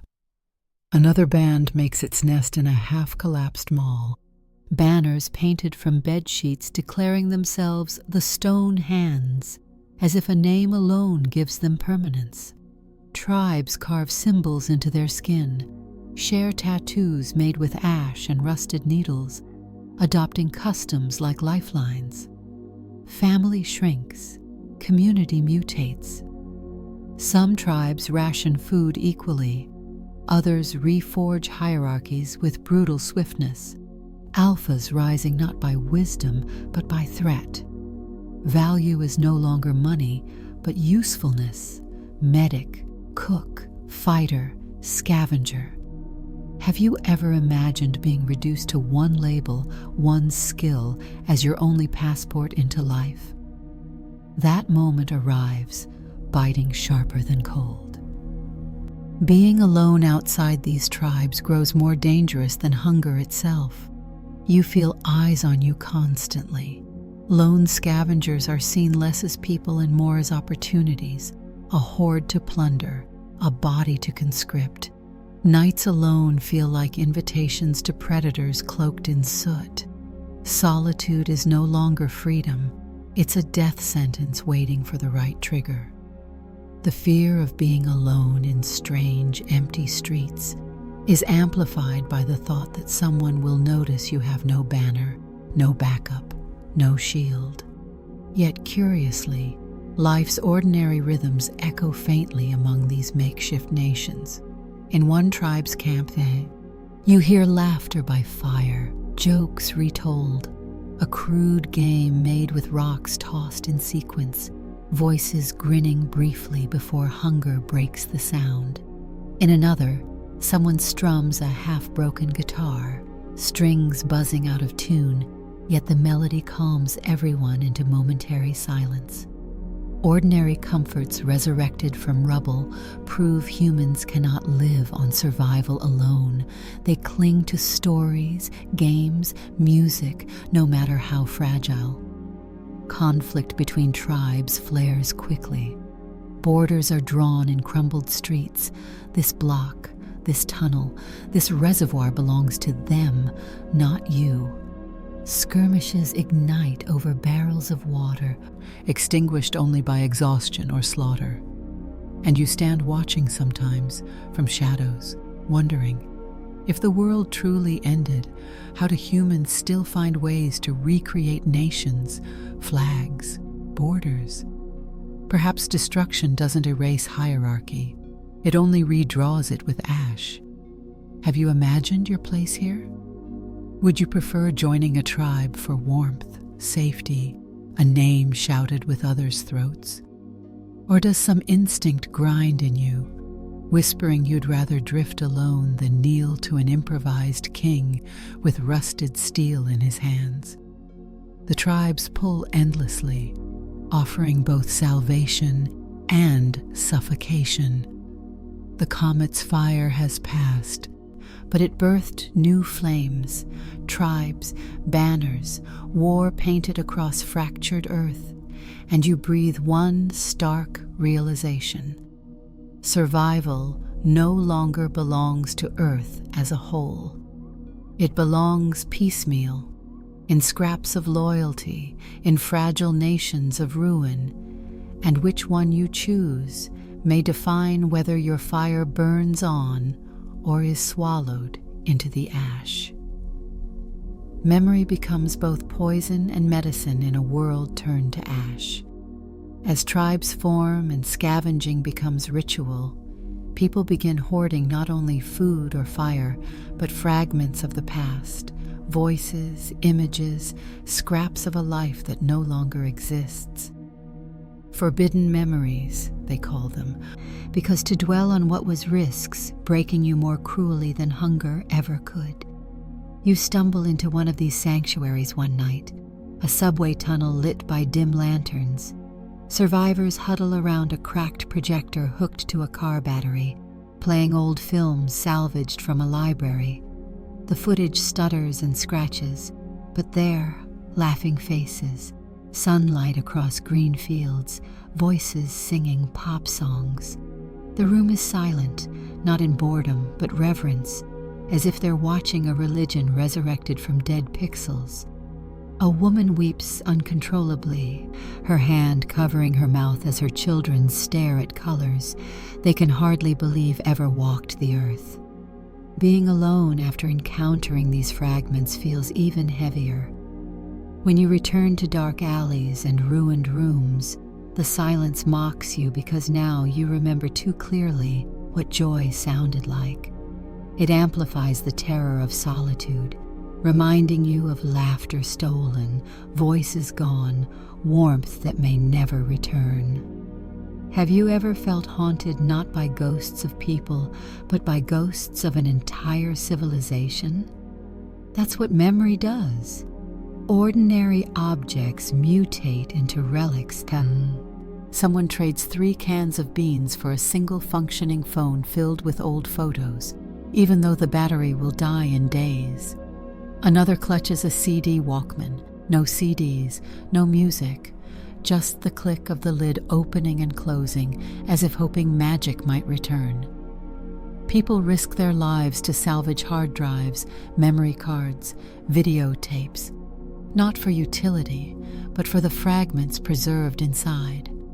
You wonder, if you could save only one memory, one echo of the world before the comet, what would it be? A photo? A childhood toy? A song? That question digs under your skin, making your fingers itch against your few belongings. Interestingly close to everyday life. Scientists long ago archived recordings of nature, rainforests, ocean waves, birdsong. Now these become priceless treasures. When tribes stumble across them and play the sounds of songbirds in candlelit darkness, people weep openly.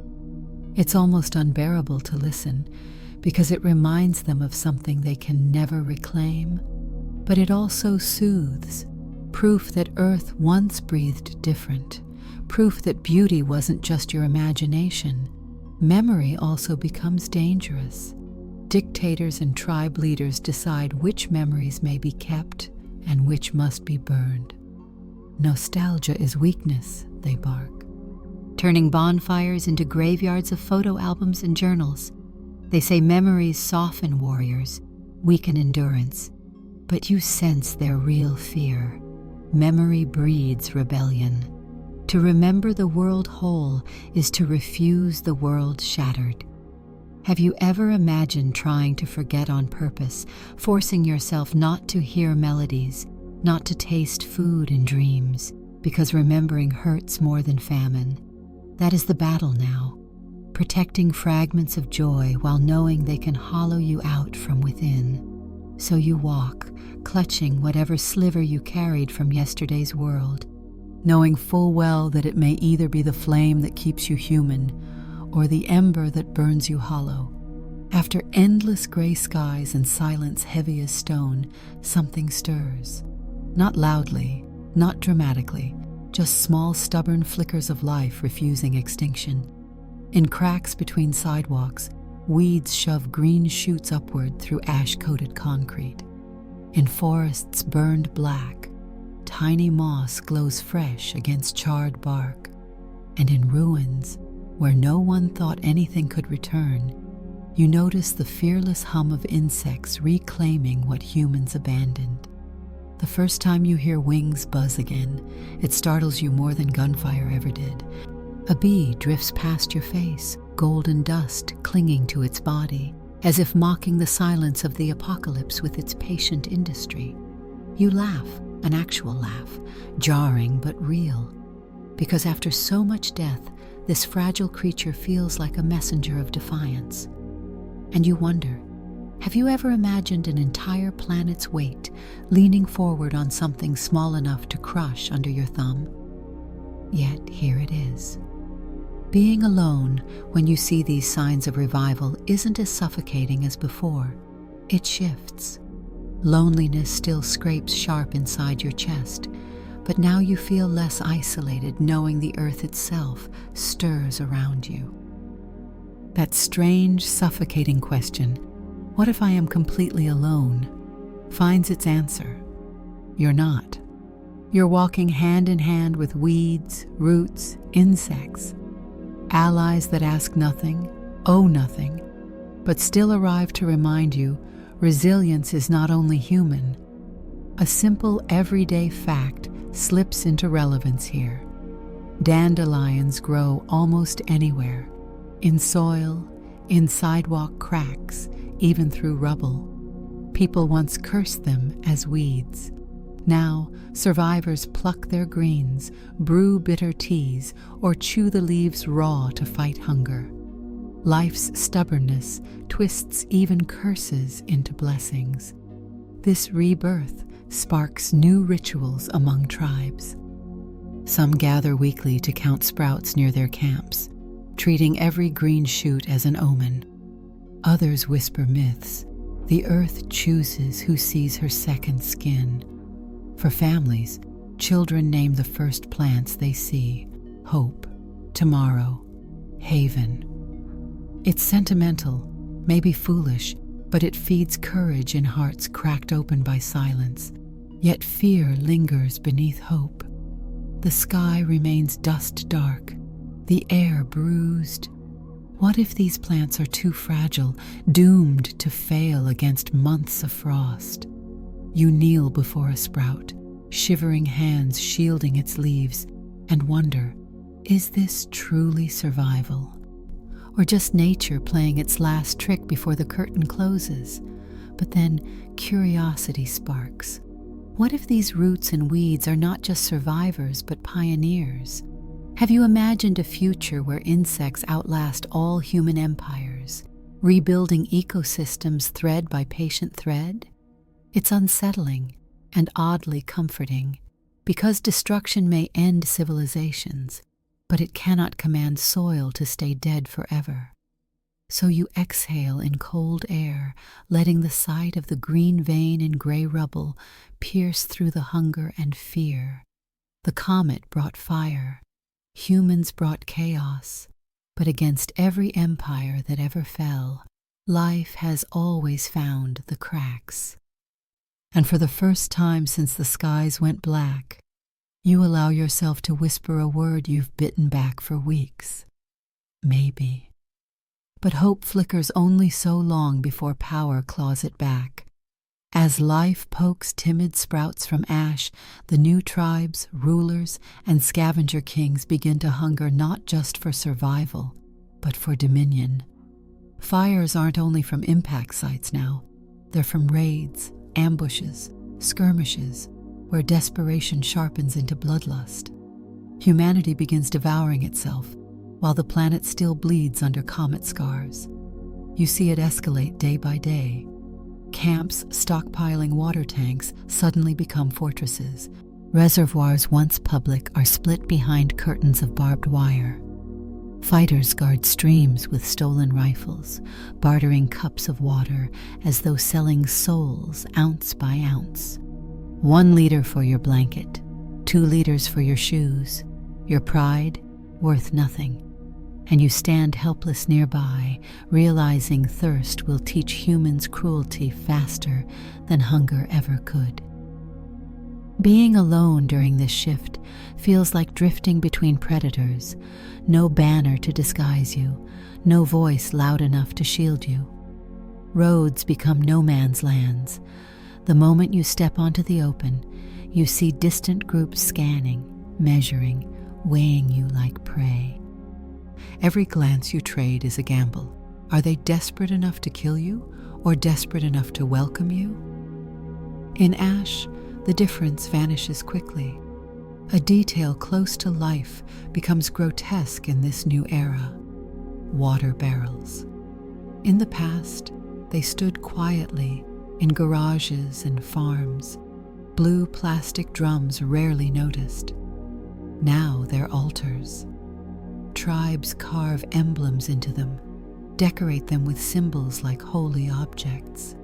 You hear whispers of water kings, men and women so powerful from guarding supplies that entire groups kneel before their barrels the way older generations knelt in temples. Have you ever imagined hydration turning into godhood? You don't have to anymore, and yet curiosity gnaws at you. Is this simply humanity falling apart? Or is this humanity reorganizing itself into something ancient? Barter, tribute, protectorates? It resembles patterns scrawled in history books about old kingdoms rising from chaos. Is this how civilizations are reborn? On the broken bones of another? The thought makes you uneasy because it suggests survival isn't merely about withstanding impact. It's about whether we're willing to rebuild a world where inequality and power scars repeat eternally. Wars flare between these broken societies. One night you hear gunfire rattle in the distance. Long bursts punctuating silence, followed by screams. By dawn, smoke wafts across the horizon where another settlement once lived. Rumors spread quickly. One tribe raided another for food, burned the leftovers, left no survivors. The cruel efficiency chills you. It isn't just scavenging anymore. It's war. And still, small absurdities cling stubbornly. Between battles, raiders carry not just salvaged goods, but decorations, mirrors, jewelry, old music discs. They wear them in the ashes, strutting half like warriors, half like jesters, reminding you, even inside cruelty, humans still crave performance. You carry the question home with you each night.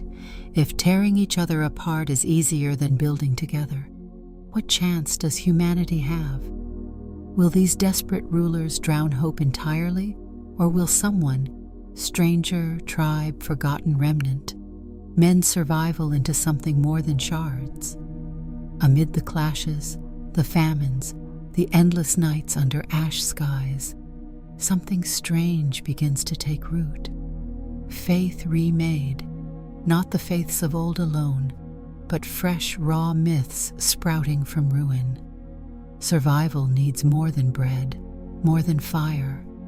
Survival needs story, and humanity has never gone long without inventing gods, symbols, or whispers to explain the unbearable. You hear them in hushed tones at first. One tribe huddled in subway darkness chants to the second dawn, promising the comet was not punishment, but a reset, that the earth itself wanted to shrug humanity off and let those left reinvent the story cleaner, wiser. Another clan in the mountains speaks to the Watcher in Flame, carving fiery-eyed shapes into cliff walls, believing the comet was a messenger, a reminder that humans are small but chosen to witness. Being alone in these days is sharper still, not because of silence, but because of the pull of voices rising in faith while you drift apart. Communities chant, sing, invent ritual around fire barrels, and the echoes roll across the ruins. It's a primal reminder. Humans crave togetherness, not just in flesh, but in belief. The fear that eats you is not dying, but dying without meaning while others spin meaning thick into banners. Have you wondered which fate cuts deeper? Starving with food gone, or starving of story when others already found theirs? Curiously close to daily life, ritual always involves food. Even here, some find ways. One group saves kernels of corn, roasting them slowly in ash, offering a single popped piece to everyone in a circle before eating. The action is so small, but it bridges hunger and myth. They say the popping is the Earth's heartbeat, proof it still lives under volcanic skies. You've never seen popcorn treated like holy relics, but in that circle, even you want to bow your head. Religion mutates in stranger ways too. Groups gather electronics, broken phones, dead laptops, rusted radios. They stack them in altars, light candles around them, whispering prayers to the lost voices, still hiding in dormant circuits. People swear sometimes, faint in static, the old world speaks back. Rational or not, it spreads. Have you ever thought how hunger for guidance can make wires into saints, static into scripture? Now people live inside that thought, and amid myths, leaders reinforce themselves. The self-made dictators from earlier now cloak their brutality in faith. A warlord declares himself the Ash Prophet, claiming he is chosen to shepherd survivors into the comet's new kingdom. He executes skeptics instantly, but his followers chant like flames won't burn them. Terror blends with reverence, holy and hollow at once. Yet something tender persists too. You pass by a family whispering bedtime prayers into cold air, their youngest child holding a coin as if it's a talisman. Their words are simple, asking not for kingdoms, not for prophecy, but just for another breath tomorrow. And in that sobering moment you realize, grand myths may move tribes, but personal prayers still keep hearts alive. So the comet's myth bleeds into everything: hymn, chant, coin, popcorn, steel altar. And you ask yourself in quiet honesty, which of these new gods would you follow? Or would you invent one of your own, stitching hope and survival into the only scripture that still makes sense to you? The myths and hunger drive people restless. Tribes fracture, merge, wander, and now a new dream stirs among survivors. Exodus.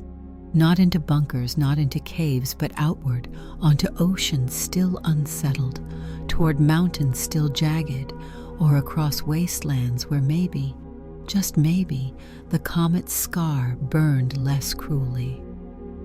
Survival shifts from holding ground to seeking it elsewhere.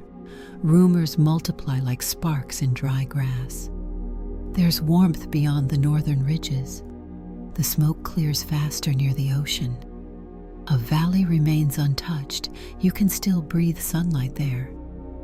No one knows if any of it is true, but you realize it doesn't matter. Hope itself is enough to push bodies into motion. To stay is familiar death. To move is a gamble. And in apocalypse, gamble feels like prophecy. Bands of wanderers set out along cracked highways, silhouettes against ash skies. They drag wagons filled with salvaged food, fashion rafts from snapped timber, sew sails from torn sheets of plastic. Some vanish into fog and are never spoken of again. Others return weeks later, broken voices muttering that there is nothing out there, nothing but colder air, darker skies, and hungrier ghosts. Still, more leave. Exodus is viral. Even whispers of better ground sink too deep to ignore. You face the choice yourself. Do you remain where scraps still keep you alive? Or do you step into uncertain lands in the hope of tomorrow? Alone, the decision feels heavier. Walking away without allies invites death from hunger or ambush. And yet, the fear of staying behind, of watching the horizon brighten with others' torches while you root in rot, feels worse. Have you ever felt afraid not of dying, but of not moving while others dared to try? Details of ordinary life cling to these journeys like haunting ornaments. Shopping carts, once symbols of consumer comfort, now roll as caravans filled with salvaged pots and blankets. Children ride inside, not giddy, but silent with shivering eyes. Radios, cracked and broken, are strapped to packs like relics, carried in the hope of catching a faint frequency that whispers salvation. The mundane becomes vessel for something mythic. Groups crossing mountains sculpt stories even before they return. They claim signs, trees still budding, rivers untasted by ash, stars faint in thinner skies. Others die chasing those signs, skeletal footprints trailing into nothing. Yet new groups still follow their tracks. Belief spreads not because it's proven, but because starvation has no patience for proof. The sea, though, holds the strangest allure. Rafts lashed together into fragile flotillas, sails cobbled from curtains, their crews whispering that somewhere across the water lies land unscarred. Fishermen tell tales of stranger lights beneath the waves, of the ocean shifting as if answering the comet's strike with its own secret pulse. Have you ever wondered if apocalypse spares no one except those bold enough to vanish into horizons? Perhaps Exodus itself becomes the planet's new law. And as you watch figures vanish into mist, you chew the question in your own chest. Do you seek safety in ground you know is broken, or do you join the gamble toward oceans, ridges, and stars you may never reach? In the end, standing still may be its own kind of death. The weeks turn into months, and the earth becomes a crucible testing every fragment of humanity still standing. The comet's first blow shattered the sky. The long winter pressed hunger into every rib. The wars over water and bread carved new scars deeper still. Now comes the true test: endurance, not of fire, not of ash, but of patience, outlasting the thin, cruel rhythm of days, growing shorter and colder with no promise of spring. You wake each morning in a body that feels like it doesn't belong to you anymore, weaker, slower, lungs burning with every breath of ash. Hunger shapes every decision: when to walk, when to rest, when to gamble your last crust for one more sip of clean water. Endurance isn't about strength anymore.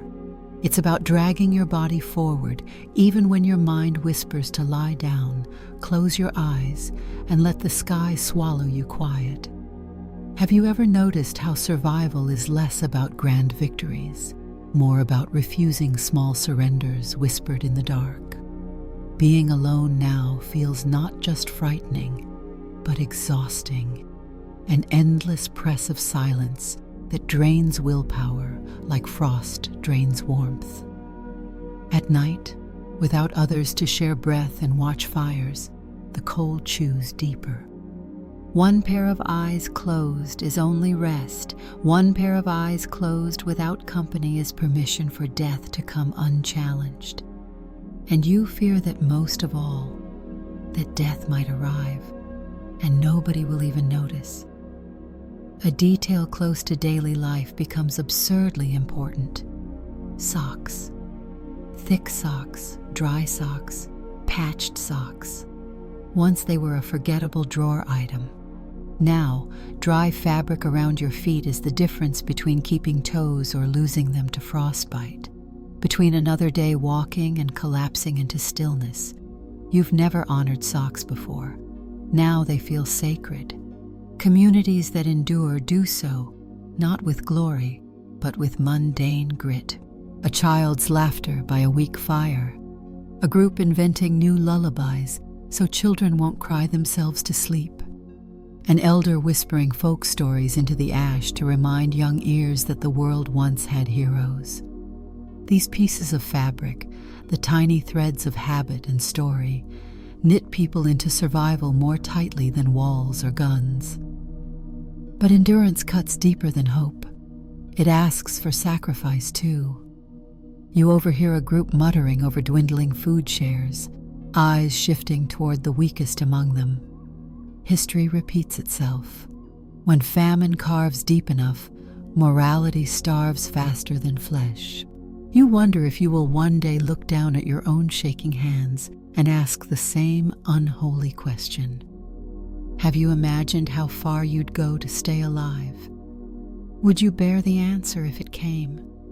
Still, in defiance, some whisper curiosities of the future. What if the ash clears? What if seasons return? What if this is not the end, only the birth of something new? Who dares imagine gardens in frozen dusk, Who dares plan for grandchildren when tomorrow itself is fragile? And yet, survivors do. Perhaps endurance itself is not just stubbornness, but imagination, the refusal to believe today is the final shape of the world. So you sit, you breathe, you stumble through the rhythm of hardship, clutching endurance not as victory, but as defiance. Because maybe, just maybe, survival is not about waiting for Earth to forgive, but about proving that you are too stubborn to vanish. The horizon softens one morning in a way you can scarcely believe. After months of unbroken ash skies, a pale brightness hints through the gray, not full sunlight yet, but lighter than you've seen in what feels like a lifetime. The tribe nearby stirs nervously, pointing upward, whispering, "Is it real, or just a trick?" You step outside, cold biting your skin, and for a heartbeat you allow yourself to imagine dawn returning. The world is still broken. Cities remain shattered skeletons. Oceans still rage where coasts once thrived. Tribes still guard water barrels with weapons, and the scars of famine still etch everyone's faces. But there's something different in the air, an ache that feels suspiciously like possibility. Could this be the beginning of something else? Being alone as this shift begins feels paradoxical. On one hand, the fear remains, the solitude gnaws, the silence clings. Yet for some reason, that faint, brightening sky makes you believe there's someone out there. Countless strangers scattered across the wastelands, looking up at the same exact pale glow. Maybe you've never been as alone as you thought. Have you considered that perhaps endurance isn't just about survival, but about synchronizing hope with unseen others, even when you'll never meet? An everyday detail roots to the moment. A sprout of green wheat beneath rubble, no larger than a fingertip. You crouch down, hands trembling beneath your tattered sleeves, and stare at it as though it's holy. Once, wheat was just bread, breakfast, background. Now, it is possibility personified, and you whisper quietly, "Don't let this world end on dust alone." Some survivors plan futures in broad strokes. New myths will outlast the comet, shaping religions around its fire. Tribes may harden into new nations. Perhaps wanderers will stumble into pockets of land fertile enough to rebuild. Not the world we lost, but a different one, harsher and more honest, shaped by the cracks the comet left behind. Humanity may reduce, but reduction isn't erasure, and curiosity lingers like a ghost in your breath. What if the survivors who endure are not the ones who hoarded bunkers, but those who clawed through ashes with sheer stubborn refusal? What if the so-called losers of the old earth become stewards of the new? What if humanity itself is smaller tomorrow, thinner, stranger, but still undeniably alive? You stare at the sky and let the silence ease into rhythm instead of dread. Tomorrow is fragile, uncertain, crooked, but it exists. And right now, that is enough. Wind down, 500 words. The story slows now, dreamers. The comet has struck, the world bent and burned, yet out of all that ruin you've walked with me through the dust, across fire and hunger, and into the faintest shimmer of dawn. Close your eyes and imagine the silence softening, no longer oppressive but gentler now. Like snow settling after a storm. The fierce tremors fade, the ash sky begins to glow pale, as if the earth itself exhales a deep, weary sigh. You've survived the impact, the riots, the endless nights, and though the world isn't whole, it has not vanished. Neither have you. Let us breathe slower together. Inhale as though pulling in that first sliver of light. Exhale as though letting go of fire, fear, chaos. Life continues in smaller shapes now. Sparrows darting through broken rafters, moss creeping back across stone, children laughing by a gutter fire, small but not meaningless. Because life doesn't ask for grandeur. It only asks to keep moving one step further than the darkness before it. Think of what we've learned along the way. That money without trust is just paper. That bunkers deeper than oceans still can't bribe peace. That kindness, even the smallest, half a can shared, a stranger's smile, outlives brutality in memory. And perhaps the greatest truth of all, that loneliness haunted us just as much as hunger. To be alive is to crave not only warmth, but witness. Someone to see you, someone to walk beside you, even if only in spirit. As we leave this journey together, carry with you the thought that mystery is not always enemy. There will always be comets unseen, storms unpredicted, shadows outside lamplight. But not every unknown arrives only to destroy. Some unknowns are a possibility, waiting with quiet patience. So for tonight, let uncertainty remain open, like a door left slightly ajar in a dark room. Through it, maybe dawn arrives, maybe something stranger. What matters is not that we know, but that we imagine. Because our imagining itself proves we are still here. Dreamers, wanderers, seekers. Thank you for walking with me through the ash and flame. You've leaned into silence, faced the cold, followed me toward the fragile light. As you rest tonight, Bedtime, may that light follow you, an ember glowing soft within your chest. You are not alone. We've shared this midnight fire together. And if you'd like to keep wandering with me, to sit again by the circle of stories, you know how to find the way. Press like, share the trail with another, or leave a comment carved in our little book of dreams. Not as a duty, but as a way of saying, I was here too. Now let the words soften. Let the fire gutter down to embers. May the new day, whenever it arrives, find you warm, gentle, unafraid. Rest easy, dreamer. You've survived the fall, and in that survival, carried the oldest truth we have. The dawn always waits, even behind the darkest veil.